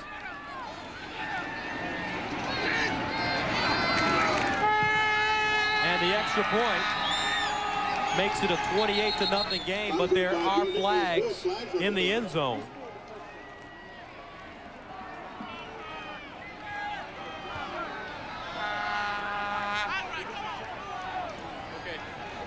Nitmo thinks he has an opportunity, obviously, to sway the position of the referee Black on this one. Too many men, Winnipeg. Penalty is declined to convert score. So with 3 seconds remaining in the first half, the Shreveport Pirates have taken a 28-0 lead. And we talked to the coaches from Winnipeg about the offense from Shreveport, and their biggest concern was the speed that they had on the outside, Danny, and it's really coming to play in the first half. It really is. He knew, Coach Murphy knew that this Shreveport team had great receivers with great team speed, and possibly their only downfall was the fact maybe their offensive line hadn't really gelled together enough to allow Billy Joe Tolliver the kind of time to find that speed. But tonight, so far through the course of this first half, we've seen a really positive offensive line that have made some great blocks, created some good protection, and when Billy Joe Tolliver has had that time, he has found the speed, and the speed has produced major scores. 3 seconds left, 28-0. Shreveport. They've surprised this Winnipeg team, who came in here looking to improve their record to 3-3, and they were pleased with the thoughts of going 3-3 after the first quarter of their season. They talked about how they like to break their season, Danny, into quarters. Well, they're trying to do, I think, you know, and the 6th game is in an 18-game schedule. When you get to a third of the season, if you can get out 3-3, you're pretty good. So Nitmo keeps this one on the ground. Fred Ward running the football, and that will be the end of the first half of play as he goes down at the 32. So at the end of the first half, the Shreveport Pirates are taking a 28-0 lead into the locker room. The story of the first half, Curtis Mayfield, 6 receptions for 74 yards, and Martin Patton, 9 carries, 94 yards, and 2 touchdowns. And Shreveport, they look pretty strong right now. They don't look like a 1-5 team. They certainly don't. They look like a team that's very well balanced. Offensively, defensively, and their special teams have helped out a lot tonight.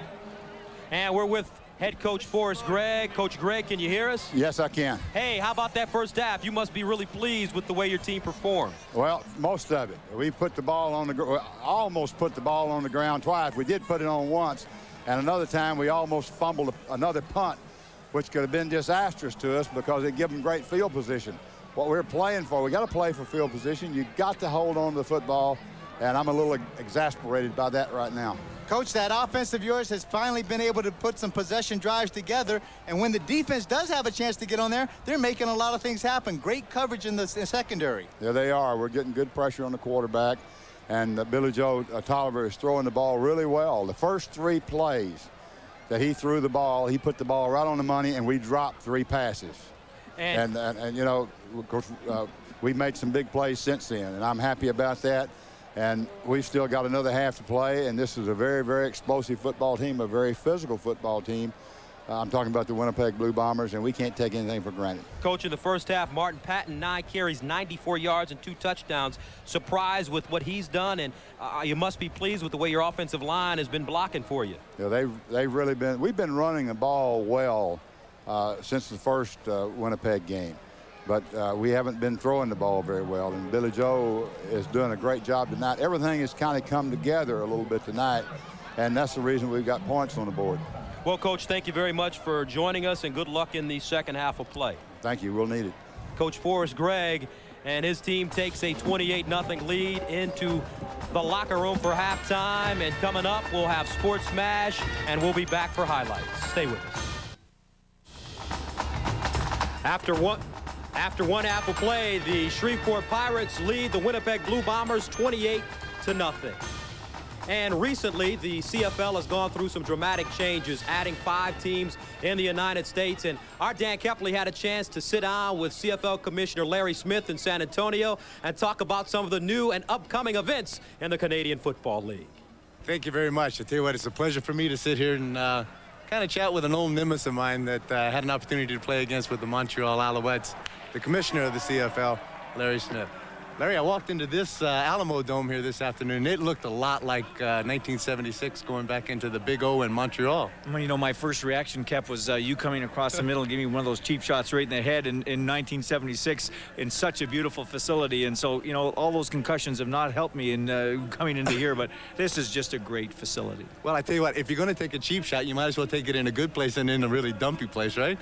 Well, I tell you what, this is a type of stadium that is first class, and it really gives you the type of image that you want to have to build a major professional sports league. Well, Larry, we got to be really excited about the opportunity. The expansion of what we have right now, this is a perfect example of why it works really good. Can you tell us right now, we got the map of you can see the CFL. We have North America covered pretty well. Where are we going to go from here? Well, if you look at the map, you'll see that we have a real southern type conference in the United States, and what we have to do is probably add a Florida-based team, which would complement the South, and then we have to get into that Western California-based team, and then up into the Pacific Northwest in a Portland type area. And then after that, we can add some strategic locations, because everyone talks about New York if we're going to be successful in getting a television contract. So the objective now is to get the right partners, the right cities, and fill in that map. And of course, in Canada, we'd like to add Montreal and give us that real balance between our American and Canadian teams. And for the people at home that don't know this now, the Canadian-based teams are required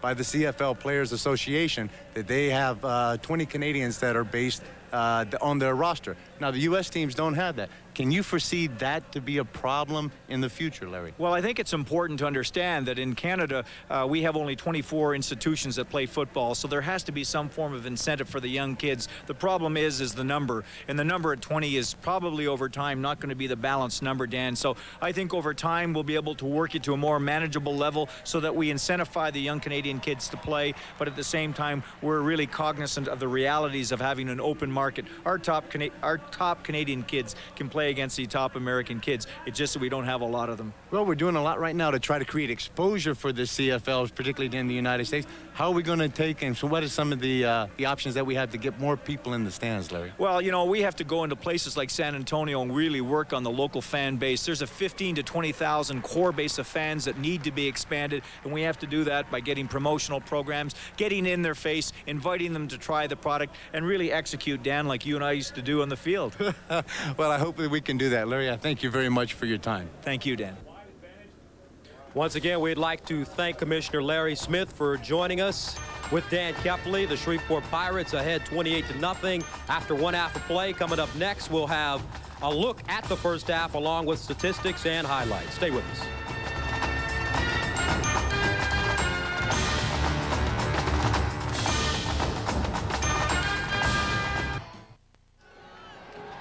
Back to begin the third quarter of play from Shreveport with the Pirates comfortably ahead 28-0.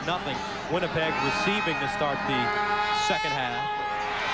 Here's Ken Burris, and he fumbles the football, and it's recovered by the Pirates. So Shreveport starts the second half the same way they ended the first half of play, with the football. A lot of momentum, lack of concentration. As far as Burris trying to field the punt, now he has to chase it down. But take a look at that. That's Junior Smith, #1 out of East Carolina University. Comes up with a big play. Now they just pick up the momentum exactly where they left it off at the second quarter. 9th fumble on the year for Winnipeg, and statistically, it's pretty clear why Shreveport is winning this football game. Passing yards, 208 to 20 for Winnipeg, and rushing yards behind Martin Patton, 103 to 35, with an injured Blaze Bryant on the sidelines, Danny. Well, I think that makes a big difference, because now that Shreveport doesn't have to really respect the running attack of Winnipeg, they can concentrate more on those receivers, and they have taken particularly Gerald Wilcox and Gerald Alphen and David Williams completely out of this football game. One other telling statistic is the penalties.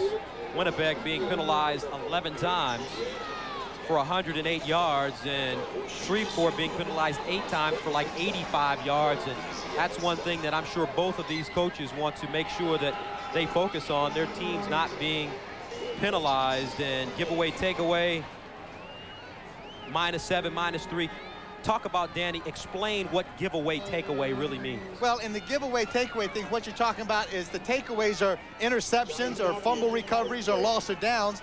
And in the giveaways, it's more like if you're throwing interceptions, or how many times you fumble the ball and how many times you actually lose the ball on downs. So you can see these teams are really not very good right now. They have been giving up a lot of picks, a lot of fumbles, and they've given up some times on downs.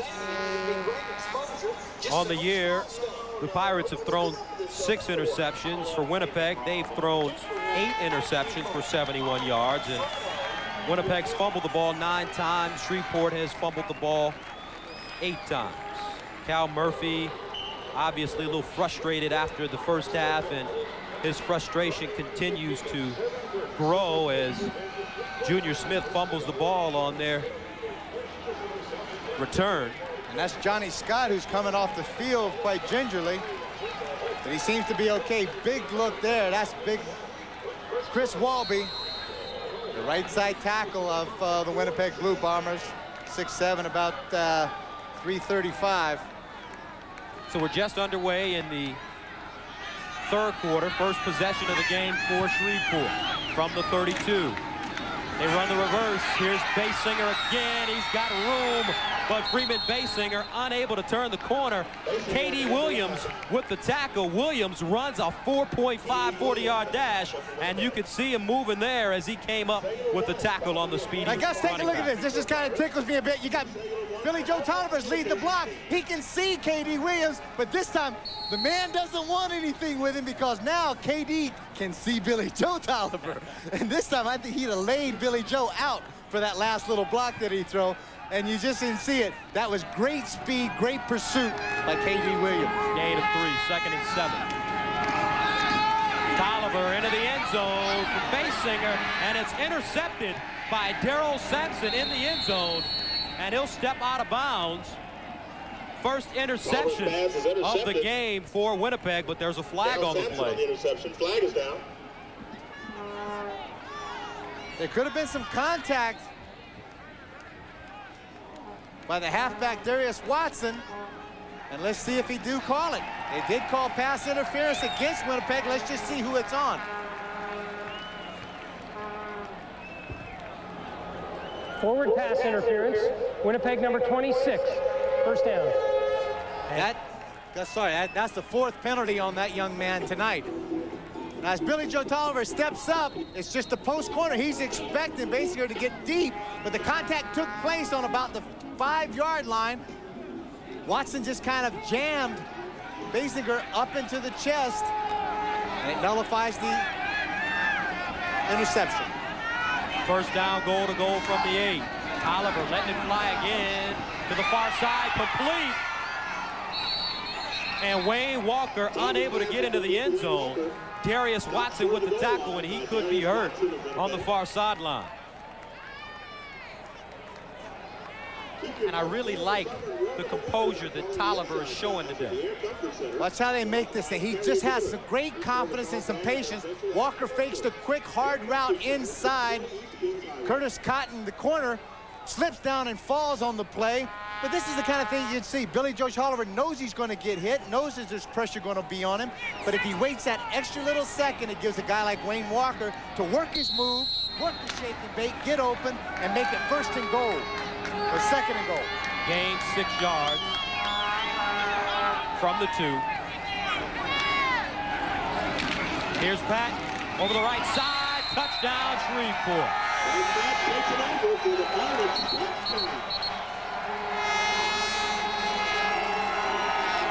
What a game it's been for Martin Patton, his 3rd touchdown of the game.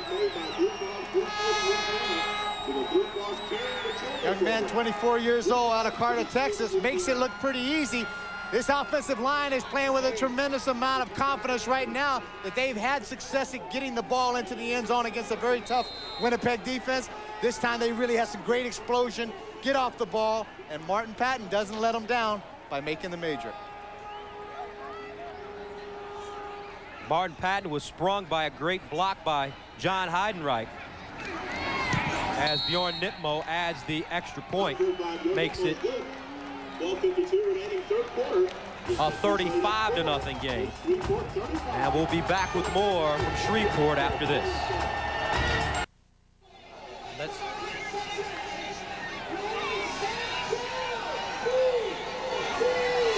And we're back. 12:52 remaining in the 3rd quarter of play. Shreveport gets another touchdown, 2-yarder this time by Martin Patton. He's got 3 on the evening, and they've taken a 35-0 advantage. And Reggie Slack will come back on the field to play quarterback for this Winnipeg Blue Bombers team. Now, their starting quarterback was Sammy Garza. He was traded after a kind of a controversial incident that took place. Well, I think Sammy Garza was traded to Ottawa, and the point being, I think that Sammy's had a tough go of it through the course of this season, and he was venting a little bit of frustration that took place, and he just got human all of a sudden, as quarterbacks are.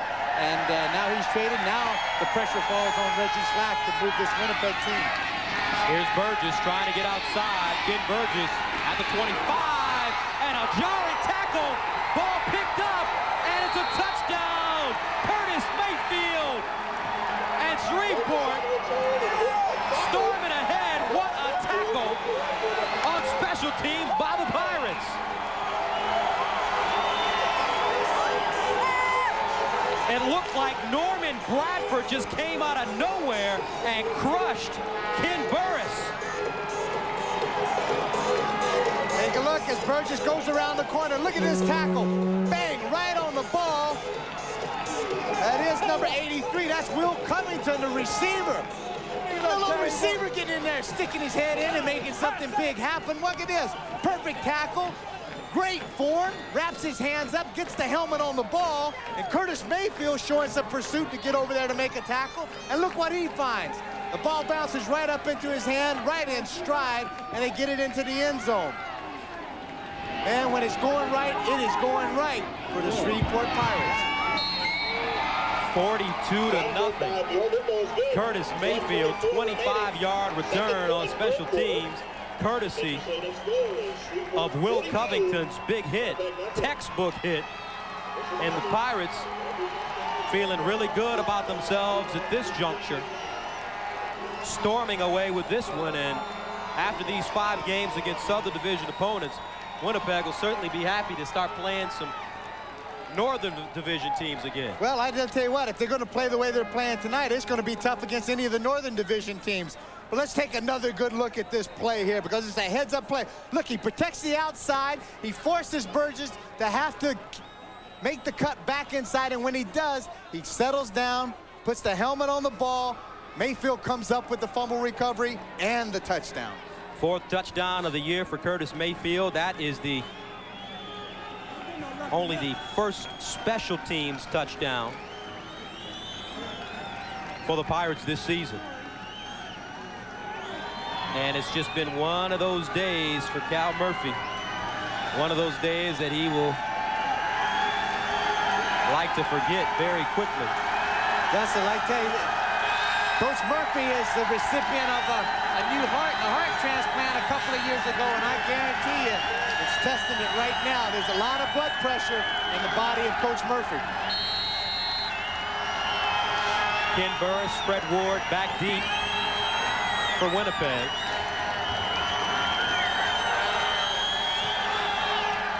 Low line drive kick. Shannon Garrett running the football up to the 40, make it the 42. But there is a flag on the play. Good chance from where the spot that flag was thrown. It's going to be an illegal block against Winnipeg and back it up.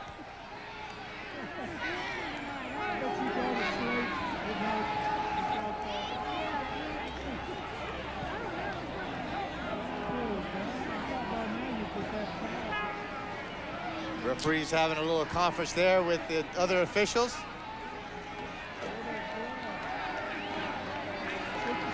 And the penalty will go against the Blue Bombers. As you take a look at Reggie Slack. We have cut block, Shreveport, number 29. First down. Rather, the penalty will go against the Pirates. Cut block called against Reggie Carthen, rookie defensive back out of Montana State. Bombers will get the ball on their own 53.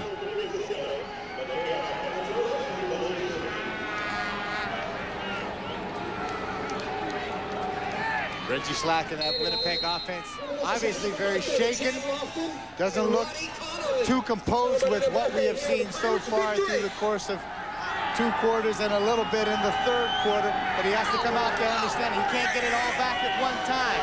You're going to have to think what this defense will give you. Slack on first down, firing under the middle. And it's complete at the 30-yard line. Gerald Wilcox found a soft spot in the secondary, makes the reception. And a late flag thrown on the play.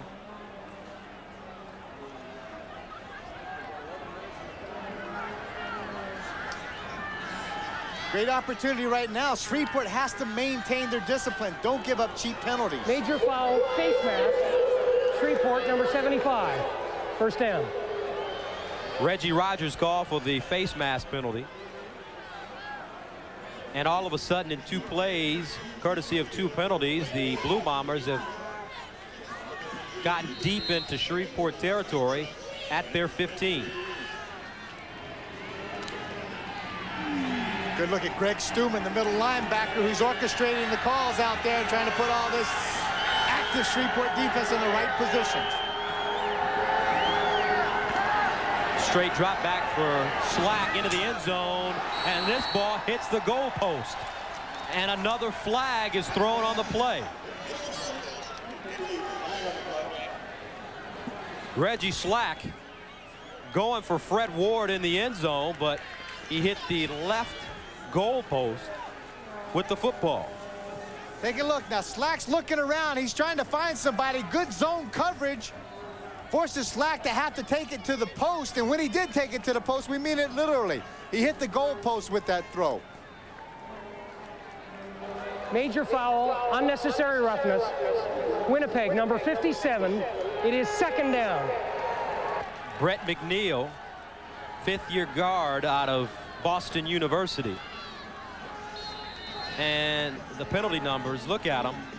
13, 144 yards for Winnipeg, 10 for 115 for Shreveport. Second and a long 25.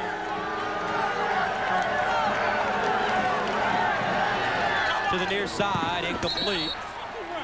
Intended for Fred Ward.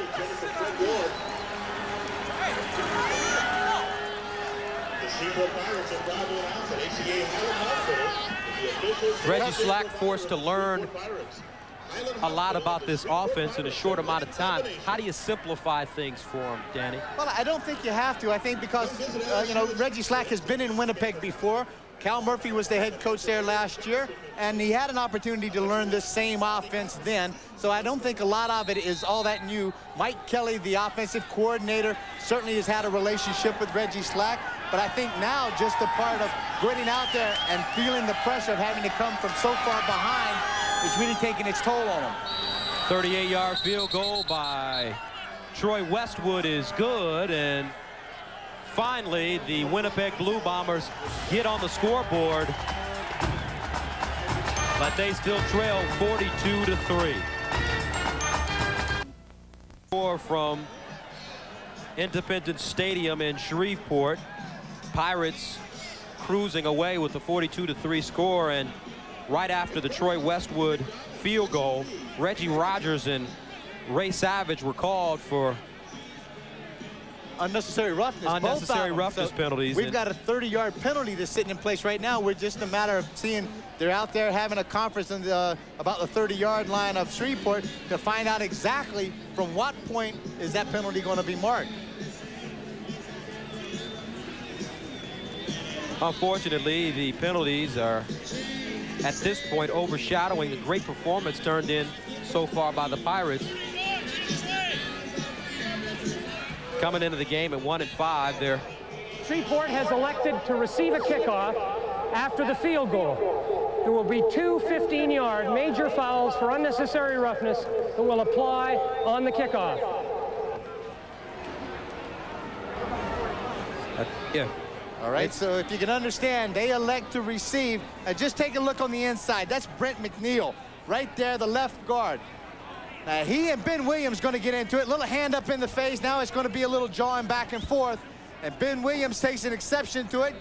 And then also, there's where number 96, that's Ray Savage, comes into the play also. And you can see there's still a lot of smoke flying from over there on the Shreveport side. Now, what you do after a field goal, you do have the option in Canadian football either to scrimmage the ball from the 35-yard line or have the other team kick off. Now, if it's going to be, Shreveport will have Winnipeg kick the ball off, normally from the 35-yard line. I guess there should be a 30-yard penalty assessed against Shreveport. So at this point, there would be about the 35 or 40-yard line, the ball is going to be kicked off on Shreveport's side. If that happens to be the case, let's see what happens. Referee Black explaining the calls to Forrest Gregg.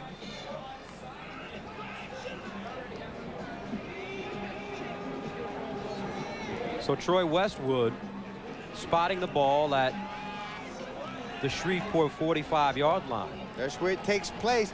Now they have great field position right now, and you would kind of suspect, you know, obviously an onside kick attempt at this place to try to just kick the ball, see if you can get the ball back. If you can recover it, fine. If you can't recover it, Shreveport still is going to scrimmage the ball from the 35-yard line or somewhere in that area if they don't get a good return back on it. But if they kick the ball deep, they can still get a single point if they kick it through. But right now, 1 point's not going to help them. They're down 42-3. They need a lot of points. In order to get a single, Westwood would have to either kick it out of the back of the end zone or out of the side of the end zone. And here comes the pooch kick.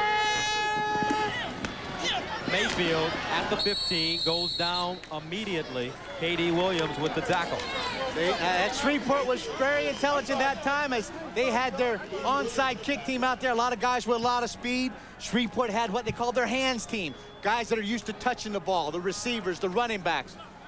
And Curtis Mayfield came up with it. So normally in this case, when Shreveport would have gotten the ball 1st and 10 on the 35-yard line, they actually get it 1st and 10 on the 15-yard line. So now Winnipeg has basically backed them up 20 yards from where they would originally scrimmage. Billy Joe Tolliver been on the sidelines for a while. He'll start from his own 15. Martin Patton going in motion out of the backfield. They hand it to the up back. This is Norman Bradford, and Bradford gets about 2, possibly 3, another flag. Billy Joe came up to the huddle and came up to the line of scrimmage and just had a stutter count in there, and they had some of those Winnipeg defenders trying to get off the ball very quickly. Both of the ends, one looked like K.D. Williams and the other could be Charlie Clemens.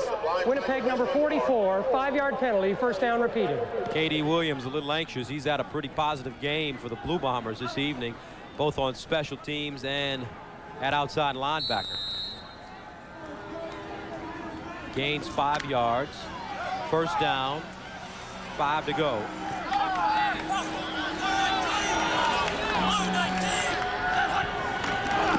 Here's Patton, and Patton gets over the 20 to about the 22. Well, you have to imagine, Gus, too, that this Shreveport team are in a very unfamiliar waters. They are way ahead into the game where they have really kind of the luxury of trying to run the clock down. So they're trying to rush the ball. Right now, they've got some pretty good guys in Patton and also Bradford that can get this done. Junior Smith in the backfield. Gain of only 1, 2nd down, 4 from the 6, from the 20. Tolliver in trouble, and Billy Joe Tolliver sacked again. This time, Greg Clark, his 2nd sack of the game. And Billy Joe Tolliver has to be helped up by his teammates. He's a little woozy, stumbling back to the 7-yard line. Greg Clark comes in from one side on the right side, and he starts to make the tackle, and then both of their weights hit Charlie Clements, who was coming in from the left side, and dropped Clements right to the ground. And you could see that Charlie Clements, number 48, was a little ginger getting off the field. Now take a look right from the right side of your screen. Clark is the guy who's going to put some pressure on quickly. And then both of their weights are going to hit Clements. Boom, there's Clements. He takes a shot right in the top of the head and drops him down and stuns him. Good move inside. Now you got the weight of both the quarterback and also Greg Clark hitting Charlie Clements. Clements gets up and gets off the field gingerly. Robbie Keane on his goal line. Nice punt. Sends Bruce Boyko back. And a no yards penalty flag thrown on this play at midfield. Junior Smith on the tackle. Junior Smith makes the tackle for Shreveport. And Gus, that'll be a 15-yard from the spot. You can see a little miscommunication as that punt was being fielded between Boyko and also Kenny No Burgess. yards. Shreveport number 1, 15-yard penalty, 1st down. Now, looking at this game, Danny, obviously the Shreveport players are aware of the no yards penalty. It seems like they have no regard for that right now. Well, I just That's think the 5th time that's happened this evening. 1st and 10 from the 40, slack. And a good defensive play in the secondary. Number 9, Jonathan Wilson, reaching around to redirect the football. another penalty flag. That's offsides against Shreveport. But that's the first time we've had a chance to even talk about Jonathan Wilson tonight. Offside, Shreveport number 96. 1st down repeated. Ray Savage trying to get a jump on there, and it gets called in that neutral zone.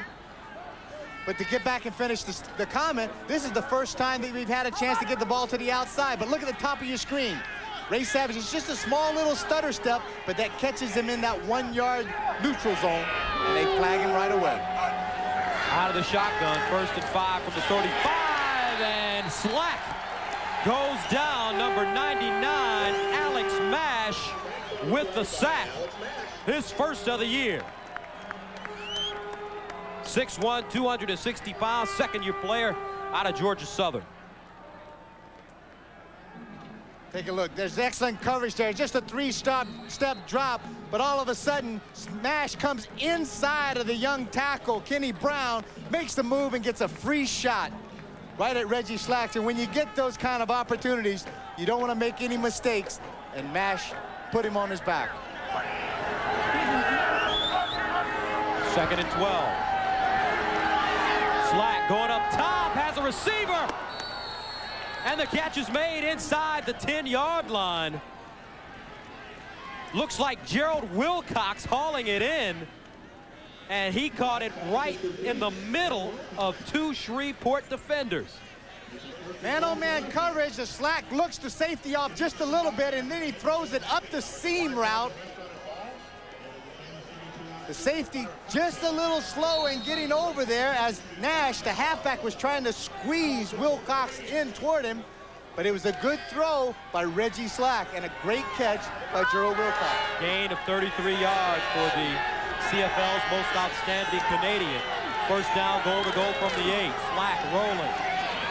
Firing in the end zone, has a receiver. Touchdown, Blue Bombers. Freddie Ward makes the reception. His first touchdown of the year, and Winnipeg finally puts together a successful drive courtesy of penalties by Shreveport. Well, at this time, Winnipeg will take it just about any way they can, but he's going to sprint out, get the one-on-one coverage against Jonathan Wilson. But see, Reggie Slack has enough time to get his shoulders way up the field, runs a little bit of a post-corner route, gets Jonathan Wilson to really bite inside. It creates a lot of separation between he and the defender, and Reggie Slack made no mistake about putting the ball on the money. Extra point by Troy Westwood, good. 6:22 left in the 3rd quarter. Winnipeg trying to put something together. They now trail 42-10. 42-10. Winnipeg finally gets a touchdown as Reggie Slack hooks up with Fred Ward. Look at the time that he has, gets his shoulders parallel to the line of scrimmage, and it allows Ward to go down there and do a little bit of shake and bake on Jonathan Wilson, and he's able to loft it up into the corner. And that's a perfect place to want to throw it. And then take a look. Slack says, hey, there haven't been a lot of good things happen tonight, but I'm going to celebrate just for that. And then we got to go back to business next series. First touchdown Reggie Slack has thrown this season.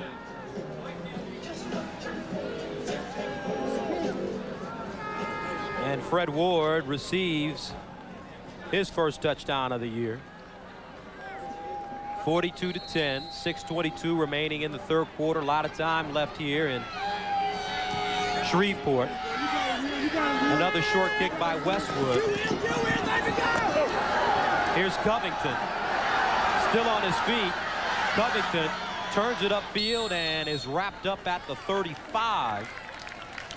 Paul Randolph with the tackle. Short pooch kick again, as we said, and just some great effort by KD Williams of chasing Covington all the way across the field. KD was just using that 4.5 speed and was able to get in on the tackle. Allows Billy Tolliver to come out there and start it off. 1st and 10 on about the 26-yard line. Solid evening for Billy Joe, 12 of 18, 214 yards. Managed to stay very poised in the pocket, and he has received a whole lot of time from his offensive line. From the 36. Short drop, and the ball is dropped on the far side. Looks like Wayne Walker having problems holding on to the football. Gus, that's exactly the kind of things that Coach Forrest Gregg mentioned coming off the field. He said, you know, we had some easy catchable passes, and that certainly was one. On the hitch screen coming back into Wayne Walker, hit him right in the hands. Coach Gregg wants to see, to an extent, the perfection, the concentration. Just because you're up big 42-10 right now, don't lose your concentration. This is going to be a long game. It was incomplete on a play. We have no foul. No penalty on the play, and that's the first time that's happened this evening. Penalty flags have been flying. You could get a good look at Billy Joe Tolliver and the reaction when the passes dropped. One thing that was questionable was Wayne Walker behind Billy Joe Tolliver when that pass was thrown. Then it becomes a lateral. And if it was picked up by Winnipeg, it would be their possession. 2nd and 10 from the 36. They find Bradford in the flats. Bradford cuts it downfield. He's at the 55, still on his feet at the 50. Norman Bradford, what a heck of a run, gets to the Winnipeg 42-yard line, but there's a flag at the 50-yard line. And it will be called against Shreveport.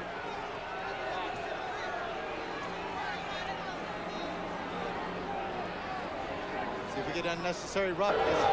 Major foul, unnecessary roughness. Shreveport, number 65, after the ball is dead. 15-yard penalty, first down. John Heidenreich, who's done a good job at his right guard position today, but also has drawn about 4 penalties in the process. Well, those kind of things that you want to see concentration take place. Heidenreich was so far, he's 20 yards behind the play. Bradford had done an excellent job getting outside, picking up the first down. That shot in the back of the head wasn't going to hurt anybody except yourself. 1st and 10 from the 52. Here's Patton straight ahead. Gets over the midfield marker in the Winnipeg territory at about the 53-yard line.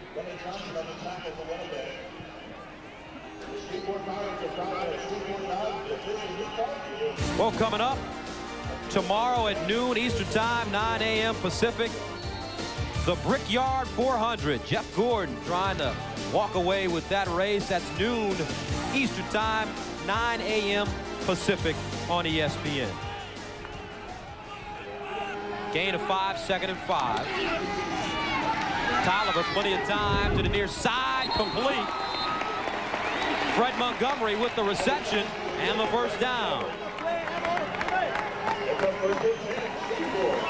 14-yard gain for the little speedy receiver out of New Mexico State. But take a look at the concentration that Montgomery has. Billy Joe Tolliver steps up into the pocket. Kenny Burry's going to come underneath, almost get a hand on the ball, and he catches that ball one arm with his left arm and was able to have the presence of mind to drag those feet and get them inbounds. They hand it to the deep back. This is Martin Patton. He's tackled by Leonard Johnson.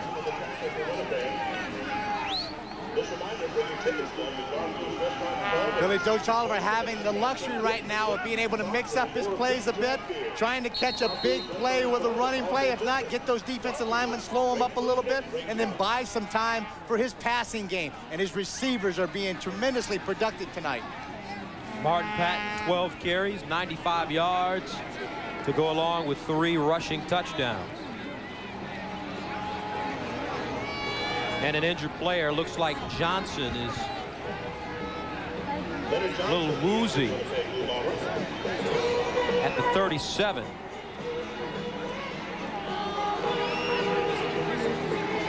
If he does happen to go out, then we can either see Colin Scrivener come in or possibly Rob Davison. Looks like Johnson may have caught a stinger making the tackle. He was drafted in this dispersal draft also from Las Vegas. Has played with Edmonton, Toronto, and also Ottawa. Yep, he's been at last 4 years, 4 different teams. So he's got Ottawa, Toronto, Edmonton, and Las Vegas. That guy may get a lot of travel miles, I would suspect. Billy Joe Tolliver trots back onto the football field. This is kind of performance kept that they were looking to get out of him when he was acquired during the offseason. Well, I think this is what they had in mind when he came. The only thing is was possibly they weren't getting the kind of production from the rest of the people around him that was going to help him out even more. But you can see when it's starting to hit on all cylinders, they can put some points on the board. 2nd down, 6 from the Winnipeg 36. Out of the shotgun. Tolliver going in the end zone.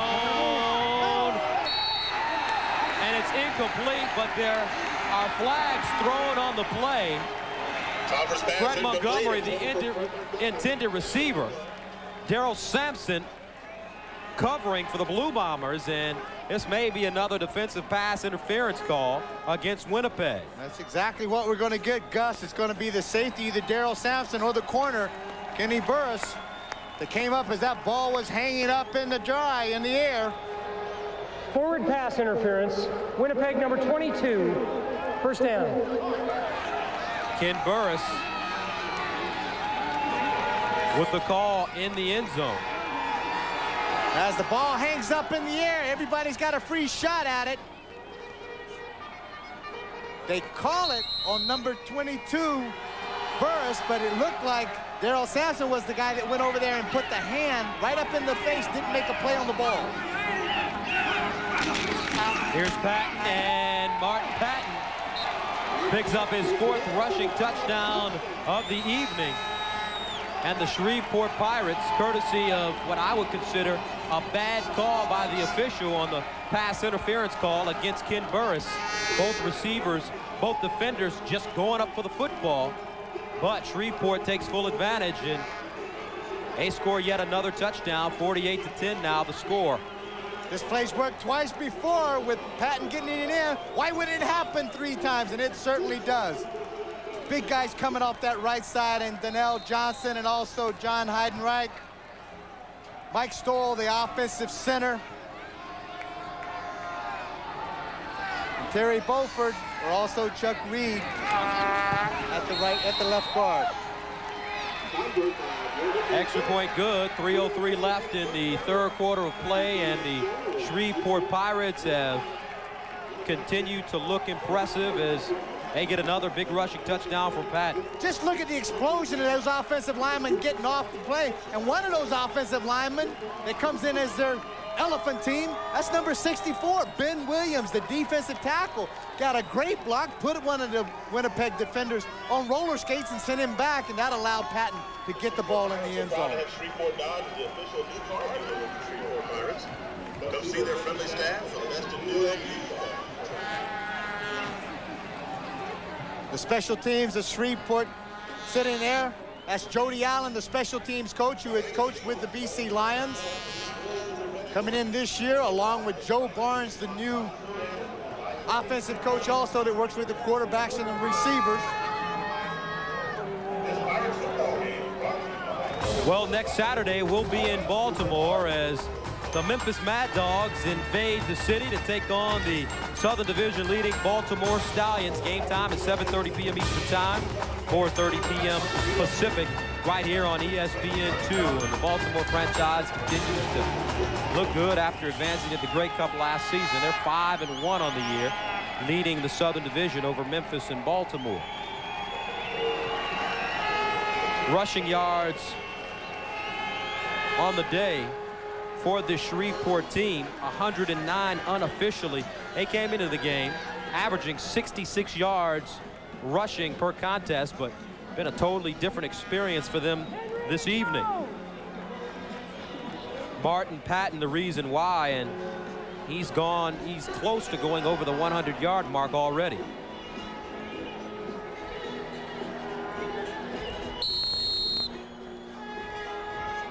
There's Martin. Play for Texas A&I. Got a little running back at Texas A&I now by the name of Lewis Fight out of Waco, Texas, that also runs the football pretty well. Here's Shannon Garrett, and Garrett will go nowhere as he's gang tackled at the 15. Johnny Scott leading the way for Shreveport.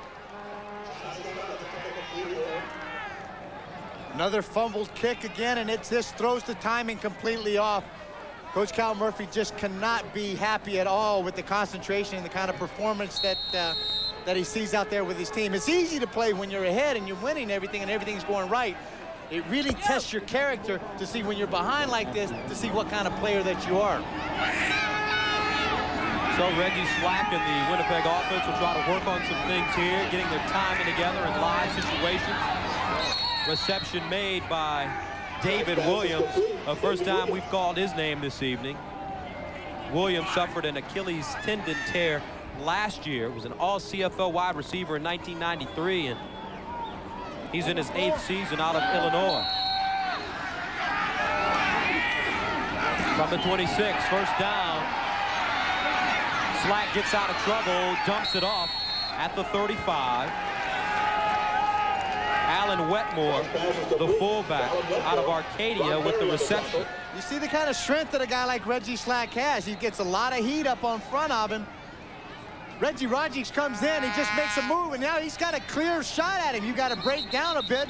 Slack has some good strength, able to spin away from it, find Wetmore downfield, and complete the pass.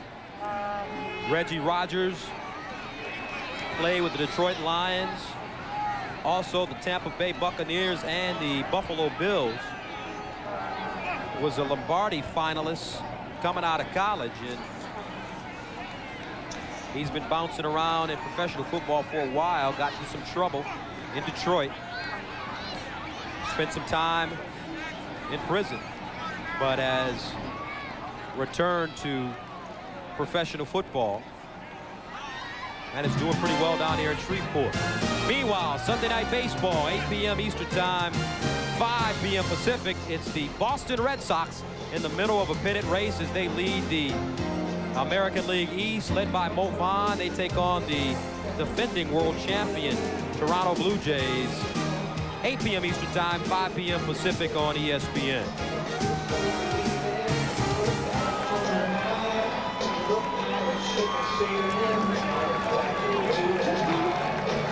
Gus, well, we got just a minute. There was a guest coach that coached over with Winnipeg this year, and we had a chance to talk with him yesterday in the hotel. And here it is, James Gray out of Moorhead, Mississippi. And he just wanted to say hi to his wife, Linda, and a special thing to his mother-in-law, who just had a new hip, who's been in a wheelchair for over a year, and she's up walking around right now. So they got the son, and his son's name is Buddy, and his wife is Teresa, and they're all from Mississippi Delta Community College, where James Wookie Gray is coaching. So he just wanted to say hi, and he's on his way home. Second down and 2 from the 34. Quick pass, intercepted. And here's another touchdown coming up for the Shreveport Pirates. And they get it. Willie White with the interception return for a touchdown. There is a flag on the play at the 35.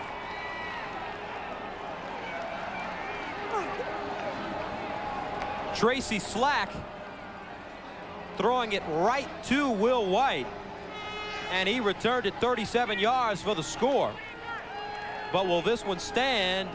That's what George Black will tell us right now. Offside, number 99 on the defense. Shreveport, 5-yard penalty. That's Alex Mash, and the offside penalty negates the touchdown for Shreveport. Take a look right at the top of your screen. Again, it doesn't take much, but it's just that one little left foot that takes a step inside that neutral zone, and they called it on him. So they march it 5 yards down the field. First and 10 from the 34 for the Bombers. In and out of the hands of the fullback, Alan Wetmore. And Reggie Rogers right on top of Reggie Slack as he released the football. Shreveport very contented right now to sit back in a zone, make Reggie Slack throw everything up in front, and then use that great pursuit speed to come up and make things happen. Reggie Rogers, a guy putting the heat on Reggie Slack again and forcing that throw just a little sooner than Reggie was ready for it. 1:05 left in the third quarter. Second down 10 from the 40. Slack complete to Wilcox. He tries to turn it upfield and get more yardage, but he goes down at the 50-yard line. Should be enough, though, for the first down. Gerald Wilcox coming off the injured list with the nerve damage in his hip, and he's been pretty solid this evening. Tell you what, he was solid all last year as far as the most valuable Canadian in this league. This is David Williams making the reception at the Shreveport 50. His second reception of the game, and all of a sudden Winnipeg speeding things up a little bit with 19 seconds left in the third quarter. Slack calling plays at the line of scrimmage. Pump fakes. Slack going up top. And it's almost intercepted. Will White had the ball in his grasp, but was unable to hang on. And that's the second time that he almost came up with the interception. First he did and ran it back 35 yards for a touchdown. There he was just unable to hold on to it. That was too easy a pass to catch. All he had to do was sit back there, play center field, made a good break on the ball, and the ball went right between his hands. And we're at the end of the third quarter, coming up the fourth and final quarter when we return to Shreveport.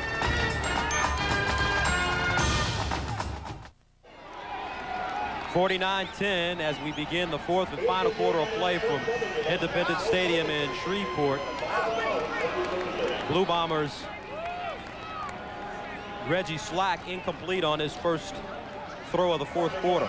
Three-step drop, and just look at the heat that's taking place. The outside linebackers there, that's Johnny Scott, who we kept talking about all through the course of this game. Both of them having a sack attack meeting in the backfield. Third and long for Slack. Firing, almost intercepted again. Reggie Carthen had both hands on the football, but couldn't hang on. I got a feeling Coach Steve Dennis, who handles the secondary of Shreveport, is happy as he'll be after this victory. Maybe working on a little bit of tip and ball drills and catching the football at tomorrow's practice or after the film session. So it continues to be a rough outing for Reggie Slack as he goes to the sidelines. New quarterback in the game now for Shreveport, Robert Cobb, 6'3", 210-pound player, out of Northeast Louisiana, and on first down they keep it on the ground to the 50-yard line. Junior Smith with the carry. Cobb, this is his first appearance of the season, joined the team mid-season. Last year, played in 10 games, had a concussion in game number 13, and on the year in '94, he was 40 of 93 for 555 yards, 3 touchdowns, and 8 interceptions. An academic All-American at Northeast Louisiana. And here he is, throwing up top, and Cobb puts it on the money to Wayne Walker inside the Winnipeg 30. And that's the way to come in there and pitch the football. This offensive line, they've been blocking for Billy Joe Tolliver. They're doing the same thing for Robert Cobb. Little shake and bake again at the line of scrimmage. And that just frees up Wayne Walker as he gets downfield. Perfectly thrown ball, great concentration as he's able to beat Jason Mallett. Gain of 28, they spotted at the 32. First down, and they run the trap with Junior Smith. Junior Smith, the ball carrier. Gus, there's Bill some bodies McCollins flying with the around tackle. out there. Yeah, there's some bodies flying around out there and some people that are really hitting out there tonight. The Olive Garden Italian Restaurant. Robert Cobb in 1993 was the Southland Conference Player of the Year at Northeast Louisiana. He's playing at home here in Shreveport. Wants to be a lawyer.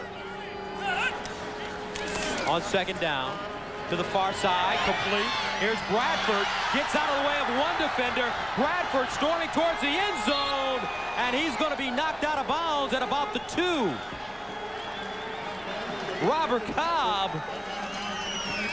coming in the game, picking up right where Billy Joe Tolliver left off. And Norman Bradford picks up 30 yards. Take a look, he's doing a little bit of cheerleading right now. He thinks he's got one. Right at the last minute, Winnipeg comes up with the big play and knocks Bradford out of bounds at about the 2.5 yard line. But he gets that running back matched up one-on-one with the linebacker on the outside, and he got the mismatch he needed, and he thought he had a major. So Cobb remains perfect in the fourth quarter. They give it to Patton, and Patton will be shy of the goal line. Not much room in the center of the line for him as he goes after yet another rushing touchdown. That'll make it 5 on the evening. Still believing that they can go off of that right side again, and why shouldn't they be able to? It's worked 3 times for them prior to this. But the reason that it doesn't work that time is that Doug Hawkins, the outside linebacker, makes a great close in off the side and is able to make some contact in the backfield, and Patton just never got those feet moving. Second and goal to go from the 1. Patton again. This time he gets in. Martin Patton, 5th touchdown of the game, ties a CFL record for rushing touchdowns in one game, number 5. And Martin Patton will take that ball and keep it as a souvenir of this day. His touchdowns match the number on his jersey, 5. Gives the ball deep to him enough. Now all he has to do is make a couple of cuts, keeps those great eyes up there in the vision to see the offensive line of scrimmage, and just all he has to do is find a little seam, a little crack, a little daylight, and he's in the end zone.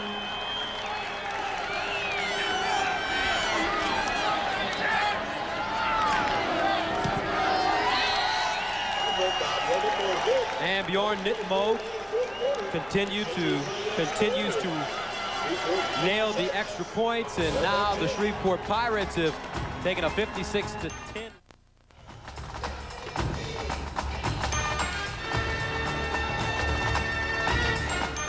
Martin Patton, 5 touchdowns. He's rushed for 95 yards this evening, and this will be a day to remember for him. Well, it'll be a day to remember for this whole Shreveport Pirate team. They went out there and they have collectively played as good a football as you want to see. Great balance offensively. The defense is flying around, stroking people, coming up with interceptions, and the special teams have been superb. So for Shreveport, after this game, they'll travel to Hamilton next week to take on the Tiger Cats. And after that, they'll face the Ottawa Rough Riders here at Independence Stadium. So there's an opportunity for them playing against 2 teams that don't have exceptionally good records to possibly come up with a couple of wins. Well, you know, and that's probably some of the thoughts that Winnipeg had coming in here against Shreveport, thinking that 1-4 team may not be that good. But if you close your eyes and go to sleep a little bit, somebody's going to come up and bite you, as Shreveport has done so far tonight. So they'll have to take it pretty seriously. From the end zone, tackle made at the 5, and you see a bunch of purple jerseys around the football.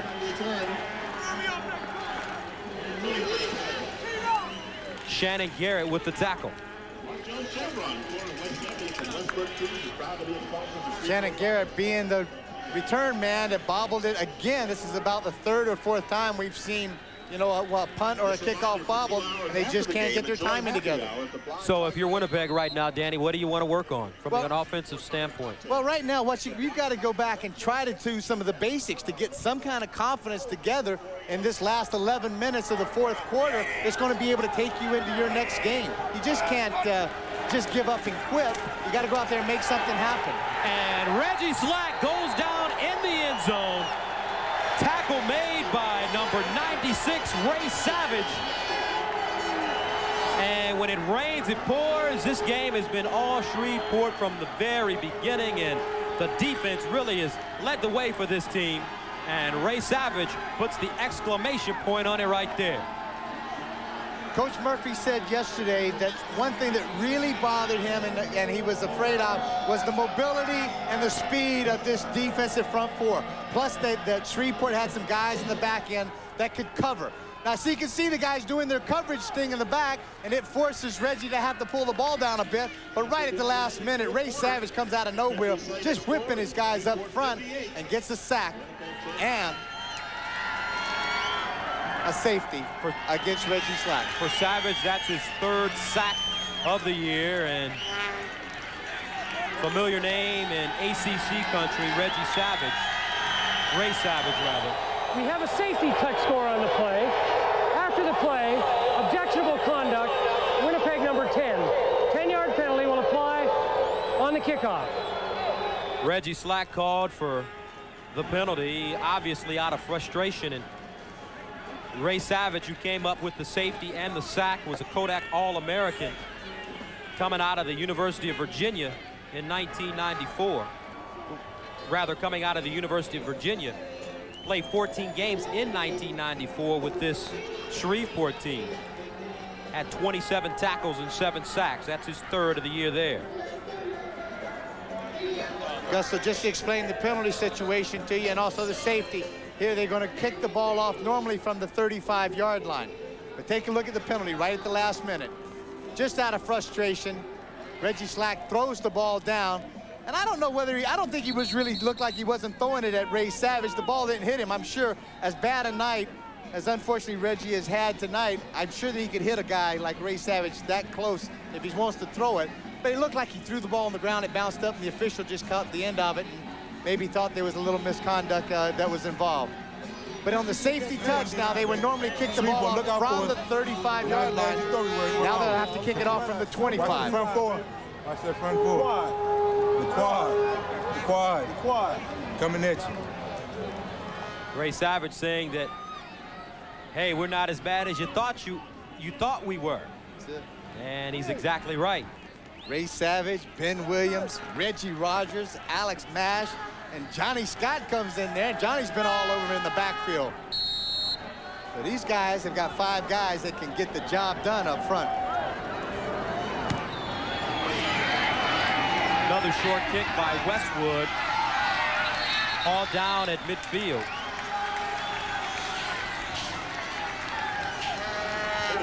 .58 points, the most in the CFL by one team this season, and obviously, ironically, it comes from a 1-5 squad. So they finally broke loose in a big way. Well, they kind of allow that gambling here in Louisiana, and if you're a gambling man, you may not have placed that bet, but I can tell you right now, these guys have been tremendously convincing tonight, and it's a matter that it just goes to show you what can happen when things hit on all cylinders and you've got confidence in everybody around you.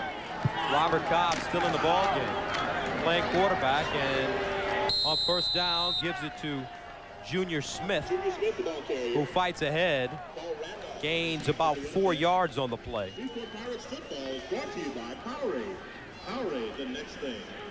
Junior Smith out of my old alma mater, East Carolina. He's East Carolina's career rushing leader, 37-45, the total number of yards, 16 career 100-yard plus rushing games. 2nd and 6 from the 51-yard line. Cobb going to let it fly and sails this one right over the head of Curtis Mayfield. You can see he's hitting that chest right there. He said, that's my bad. I had to step there. I had Mayfield wide open. I just let the pass sail on me. Kind of a unique situation for the fans here in Shreveport. This is the first time they've ever been ahead by this much with this much time remaining. They kind of don't know what to do, whether they should stay or should they leave. Or I think it, you know, at 1-5 coming in here with this kind of entertainment, these people are going to stay. They enjoy it. They want to see a route. Pirates averaging a little over 15,000 fans per game. So maybe these 15,000 will go out and tell a few more for next game. And tell you what, they'll have a big crowd when Ottawa comes to town in a few weeks. Robbie Keane.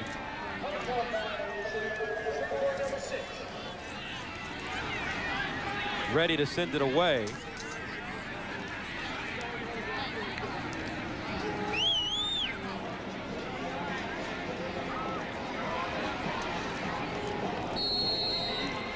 Ken Burris and Alan Boyko back deep. Keane standing at the 40.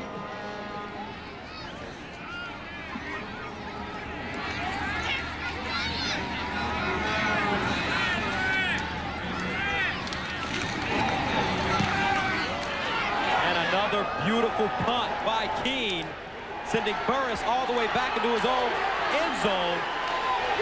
And Burris is tackled at the 1. Ron Perry, first man to Burris on special teams, and Cal Murphy can't believe it. His team's down 58-10. The Shreveport Pirates have turned in a record-setting performance this evening. They've scored 58 points against Winnipeg, which breaks a record. The most points ever scored against the Blue Bombers was 57 when the Baltimore CFLs at that time did it last year, and now Shreveport, they've broken that record as they've scored 58 points against Winnipeg this evening. So how do you rebound from a game like this, Kep? Well, I think you have to go in there and watch the film. Hopefully you're going to be able to see some mistakes that are out there. There's enough of them made, and you got to correct it. Then you got to put it behind you, what you did this week against Shreveport. You got to go out there, get your confidence back somehow. Reggie Slack and somebody in that locker room has got to take the leadership and the control and help to bring this team closer together, just to make sure that nobody's in there pointing fingers. New man calling the signals now for Winnipeg. Alan Wetmore, the ball carrier for Winnipeg. In the game now, playing quarterback Steve Pallure, the former NFL veteran who spent 5 years with the Dallas Cowboys, 3 years with Kansas City.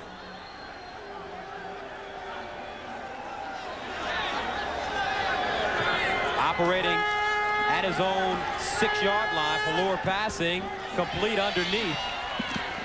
This is Alpin, and Alpin goes down. Harold Nash, nice tackle at the 10. Tackle made by Harold Nash of Shreveport.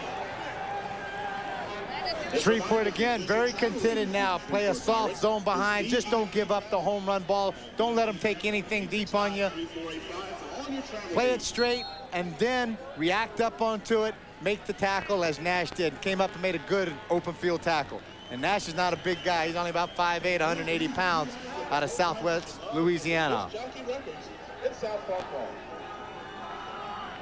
Not enough for the first down. They come up 1 yard short. So Bob Cameron, 5 yards into his own end zone, will send it away. His 9th punt this evening, averaging 39 yards per kick. Hits a nice one here. Caught at midfield. Will Covington running the football. He gets up to the 52-yard line. Return. Kevin Robson on the tackle. Kevin Robson with the tackle. Lonnie Gleiberman, who is the president of the Shreveport Pirates, a Michigan native, he and his father rather owned the Ottawa Rough Riders for a short time. And they hired Forrest Gregg to lead the way here in Shreveport, and they must be pleased with what they're seeing this evening. Bootleg. Cobb out of bounds at the 45. Robert Cobb on the bootleg. Cobb taking advantage of this defense and thinking that he's going to chase everything down and try to take out a little frustrations on the running back Patton. Comes out on the naked bootleg, and then all of a sudden he realizes he's got some company out there, and they chase him down. Picks up about 4 or 5 yards and 6 yards on the play.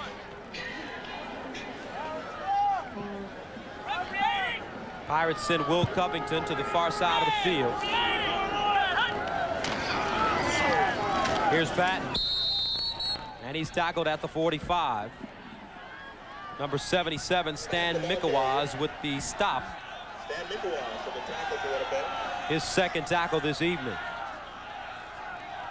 3rd and 3 or 4 yards, Gus, and then, you know, it's kind of one of those question things. You're up 58-10. Go for it. You're going to give up. If you don't make it, you give up pretty bad field position at the 45-yard line or so. But hopefully that the lead that you have is going to be enough to hold you through the next 6 minutes or 7 minutes.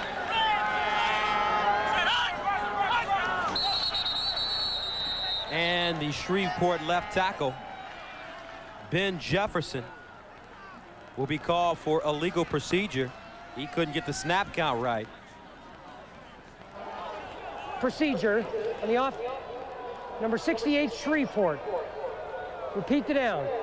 Rather, Donnell Johnson, number 68.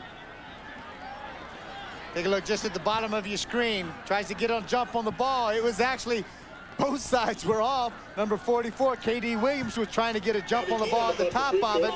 There's where I thought the penalty was going to come. Now it backs it up. It makes it 3rd and about 9, and they decide to kick it.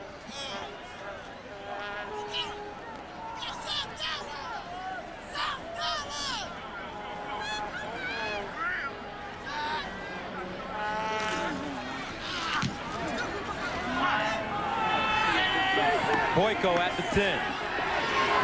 Steps out of bounds at about the 15-yard line. Ron Perry there to chase him. 6:27 remaining in the 4th quarter, 58-10.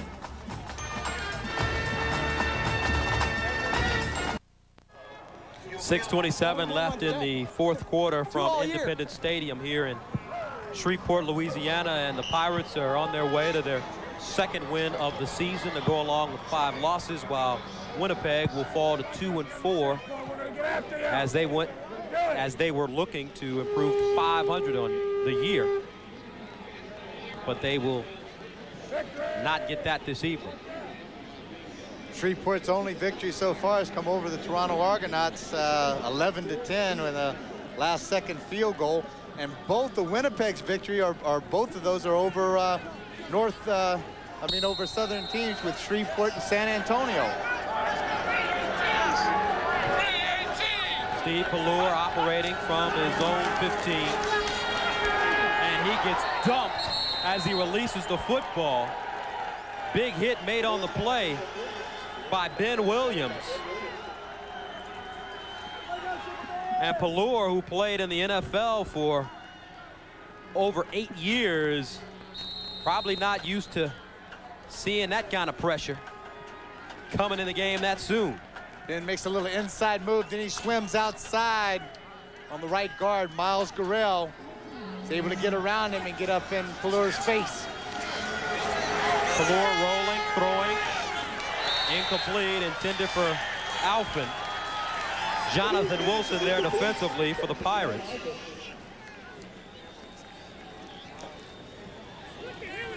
And it's interesting how you look at a team like Shreveport, Danny, and see how the success breeds the confidence.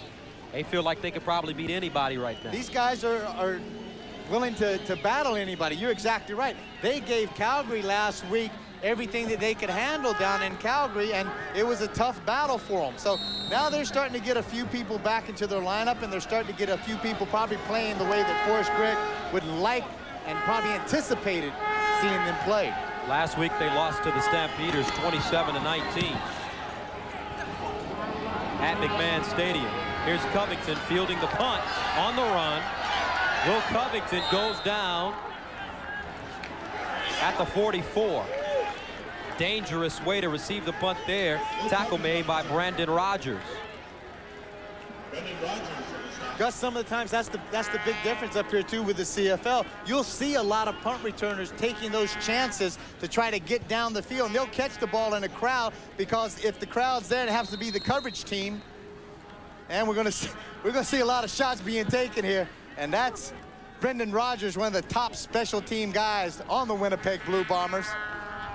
Figures if I'm going to chase somebody all the way down the field, I'm going to hit somebody. It may be you in the back, then I'll find the ball carrier.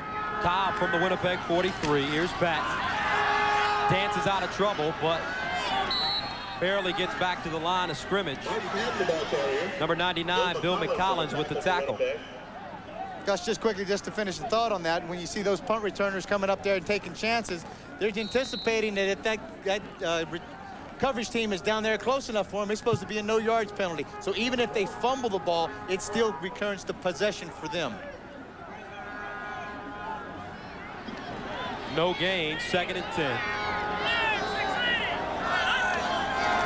Cobb letting it fly down the far sideline. Incomplete. Curtis Mayfield trying to beat Shannon Garrett deep. And Cobb overthrows it.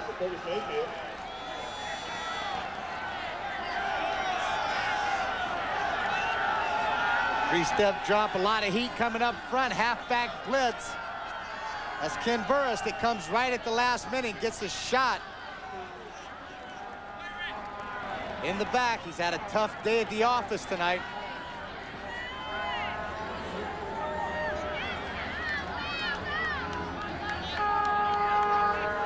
Robbie Keane in to send it away again. Down for the Circle K catch of the game, awarded tonight to Curtis Mayfield.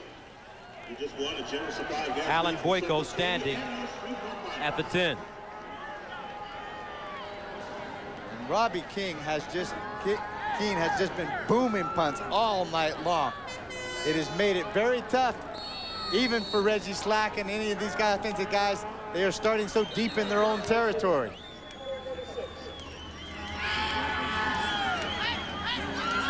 Time clock violation called against Shreveport.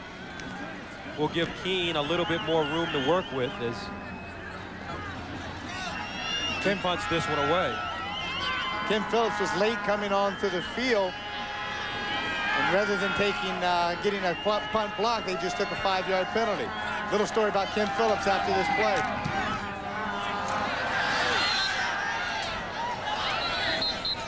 Keane angles it out of bounds, and the referee the official is still walking, and they'll spot it at the 27.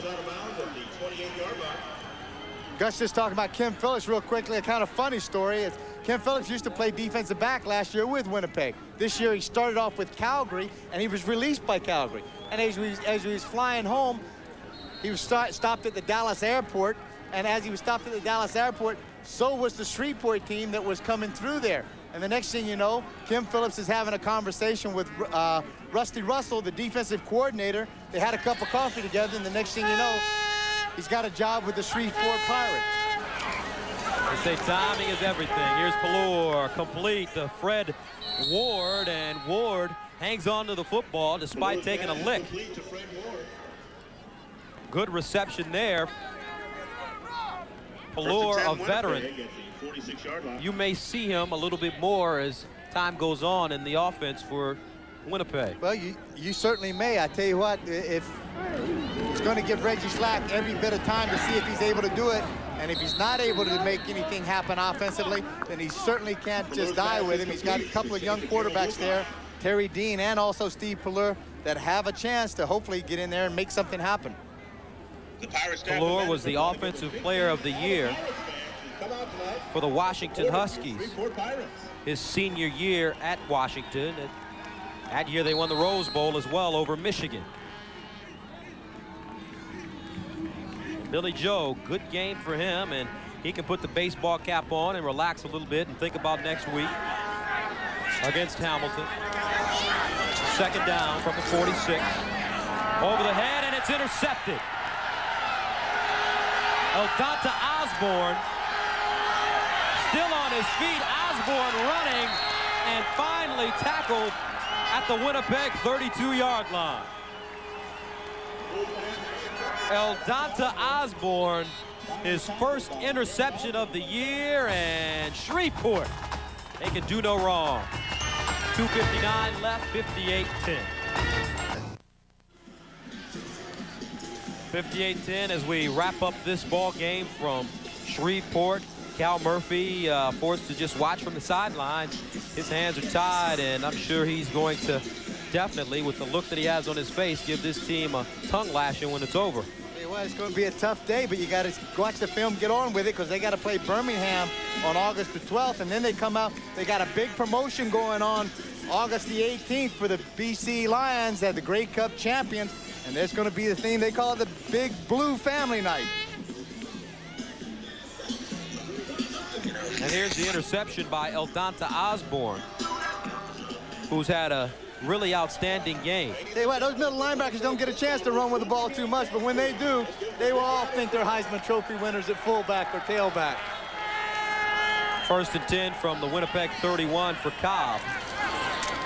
Here's Smith bursting through the middle, headed for the end zone. Junior Smith, touchdown Shreveport.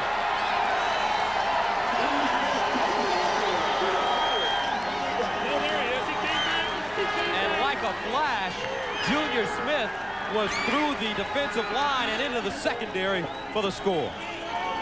What a tremendous burst of speed by this young back. Gets a little bit of block up front. That's Terry Beaufort that makes the opening hole there, and he's got great speed. The youngster out of Fayetteville, North Carolina, gets the ball into the end zone for another major for the Shreveport Pirates. And that's another big block delivered by Mike Stowell, the center, and John Heidenreich, the right guard, and gave little Junior Smith plenty of room to get through the hole and get into the secondary. 64-10.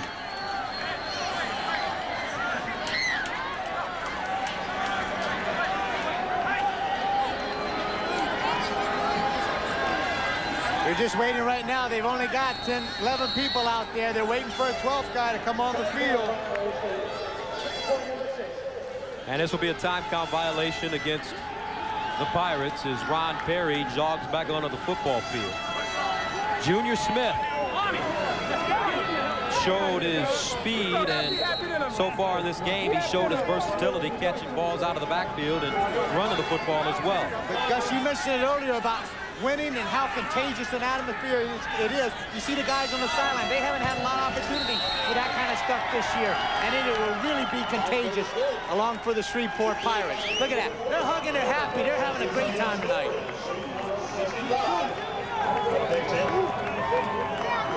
31-yard touchdown by Junior Smith, and the Pirates take a 65-10 lead with 2:45 left. I'm only joking, Gus, but we may have to check last year's schedule. They may score as many points in one game tonight as they did all in 1994. Only joking, Shreveport. Don't worry. But we talked about there's some things that have to go back to work right there for Cal Murphy and that Winnipeg team. As I say, they got Birmingham next week, and then they got the BC Lion Grey Cup champions coming in there, and it's going to be a big family night. They won't have everything in there. Try to get a big crowd going. If any adult pays an adult price for a seat in the blue or gold section, you get to bring in another ticket for just $10. They're going to have block parties and things for the kids. So, you know, it's the kind of thing, it's easy to support the teams when they're winning, but when they're down a little bit, come out there and buy a seat and get in the stands, because there's nothing more motivational than a lot of noise.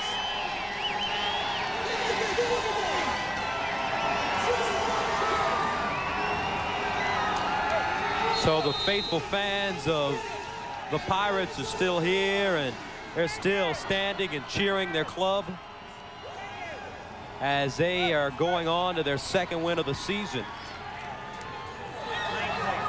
Maybe a breakthrough game for them. Well, I mean, you have to think, I mean, when they beat Toronto on a last-second field goal, 11-10, but then to come in here and to beat Winnipeg with such a convincing effort tonight, it is the best thing that could happen. Association, baby. Uh-oh. Billy Tolliver, he wants to support that celebrity golf. He says when he's not playing football and swinging, he likes to work on that golf stroke of his. Here's Fred Ward at the 10.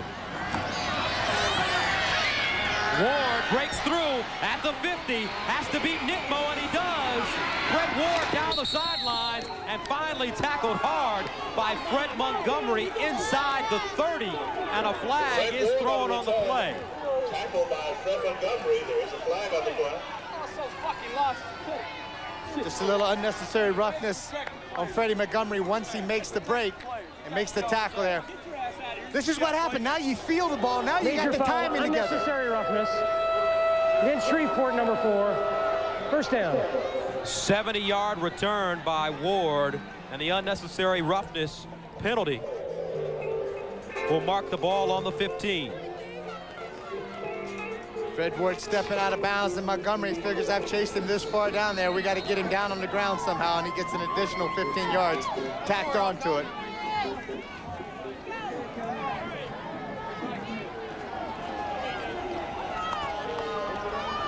Fred Ward splits out wide to the far side of the field. Looking backside to David Williams, and incomplete.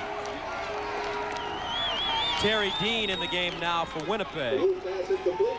Send it to David Williams. Tim Phillips defending on the play for Shreveport. On the year, Dean 2 of 12 for 16 yards, played for Steve Spurrier and the University of Florida last year. One of the most successful offenses in college football. Dean again throwing in the end zone. Incomplete, but there will be a flag thrown. Defensive pass interference against the Pirates. Dean goes down hard. Greg Stuman comes on a blitz from the middle linebacking position and just absolutely rocks Terry Dean.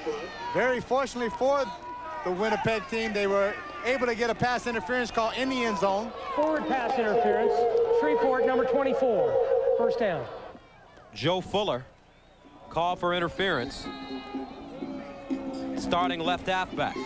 Joe Fuller, he goes up with the right hand, but the left hand that you don't see that's hanging on to the left shoulder of the Winnipeg receiver, and it's called and sets it up first and goal on the 1. Terry Dean going straight ahead, and he gets in there for the touchdown. Terry Dean takes it over on the quarterback sneak. And the Winnipeg Blue Bombers have scored their second touchdown of the game, their first rushing touchdown. It's now 65-16. Gus, even though the clock stops after every play in the last 3 minutes of the game, I've seen some great comebacks in the CFL, having been around here in 10 or 15 years. I don't think that Winnipeg has a chance, but what they're doing right now is they're working on some things to build some confidence to take into next week against Birmingham. Extra point is good by Troy Westwood, and with 2 minutes and 21 seconds left, Winnipeg still giving it the professional effort as Terry Dean sneaks in from 1 yard out. Terry Dean knows for a fact he's going to go off that right side on the quarterback sneak. The guard is Miles Durrell, 6'8", 330. The tackle is Chris Walby, 6'7", about 335. Took us a while. We're doing it. That kind of sums it up. They're coming around. It took them a while, but they have started to gel some things, and you can see some real positive things going on with this Shreveport team tonight.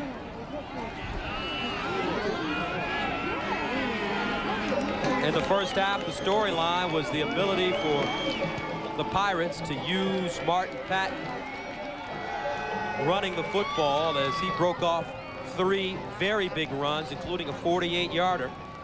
They kind of set the tone early for this one. And he has gone on to pick up 5 rushing touchdowns. And the Pirate defense put plenty of pressure on Reggie Slack and company. And they'll celebrate after this one. Shreveport anticipating the short onside kick again. Curtis Mayfield down at the 45. K.D. Williams with the tackle.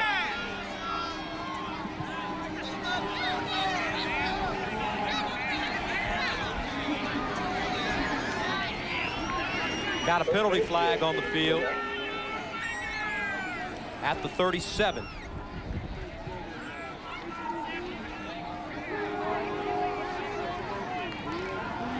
Take a look at Independence Stadium, and they've done some work to the field. They resodded both sidelines as well as the end zones. The field gets a lot of work, high school games as well as some college games, and now the Pirates of the Canadian Football League, this is their second year playing. Pretty nice grass, and they keep it up very well. It's a terrific stadium to play in, and we've been very fortunate because they were anticipating getting some of that remnants of the hurricane to come through here, and it's kind of held off, and the weather has been obviously very hot and very humid. Used to seat over 55,000, but now only seats about 43. Here's Pat. At midfield, finally hauled down. Pass the ball carrier. Charlie Clemens with the tackle.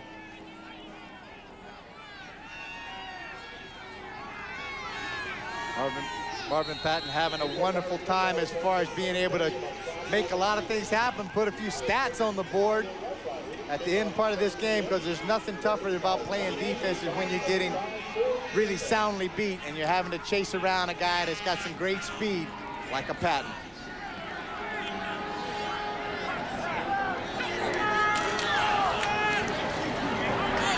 And here's Smith bouncing off the tacklers. He looked like a younger version of Mike Pinball Clemens right there. Not stopping on initial contact, and he picks up about 6 yards. Good leg drive and good effort there, and take a good look over at Coach Forrest Gregg, and the one in the white shirt on the left there, that's Joe Barnes. Great quarterback in his own right with the Toronto Argonauts, the Montreal Alouettes. Smith again through the middle. Stopped at the 41.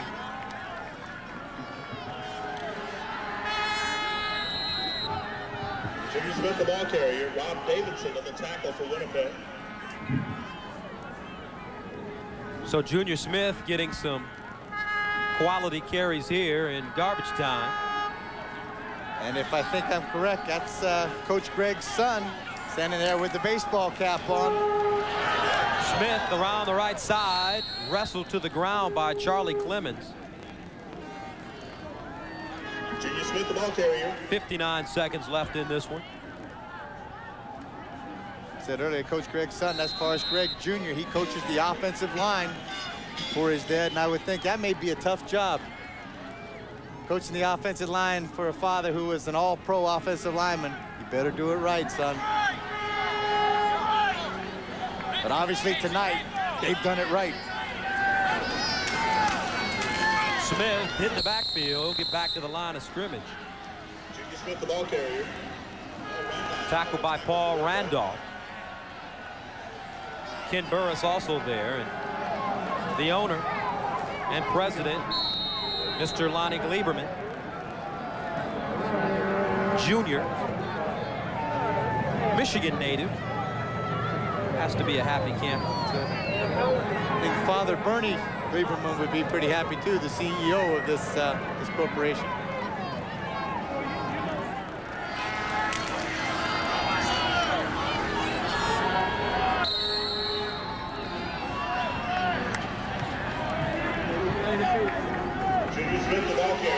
And a fumble on the play, and it's recovered by the Blue Bombers with 13 seconds remaining.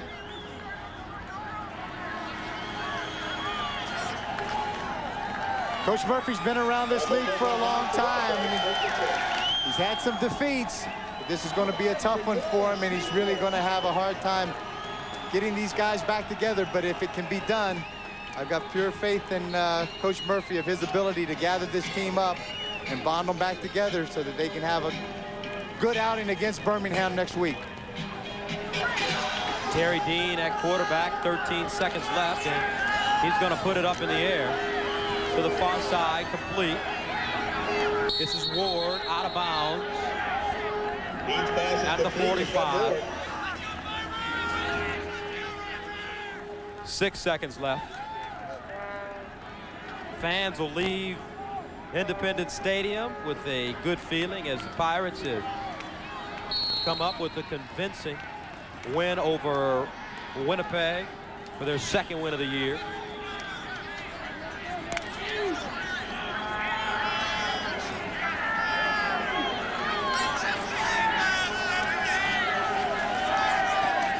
Here's Terry Dean running the football. This will be the last play of the game. And Terry Dean is stopped by Eldonta Osborne, and that is how it'll end as the Shreveport Pirates have gone on to beat the Winnipeg Blue Bombers 65-17. Stay with us. We'll wrap this one up right after this. The CFL on ESPN2 has been brought to you by Pep Boys, where quality parts, accessories, and service come to Pep Boys, America's automotive supercenter. Your final score, the Shreveport Pirates win their second game of the year, and they hand Winnipeg their fourth loss of the season, 65-17. Well, coming up next year on ESPN2, the NFL's greatest moments. You don't want to miss that. For Dan Kepley, I'm Gus Johnson. Final score again, 65-17. We'll see you next week in Baltimore. So long from Shreveport.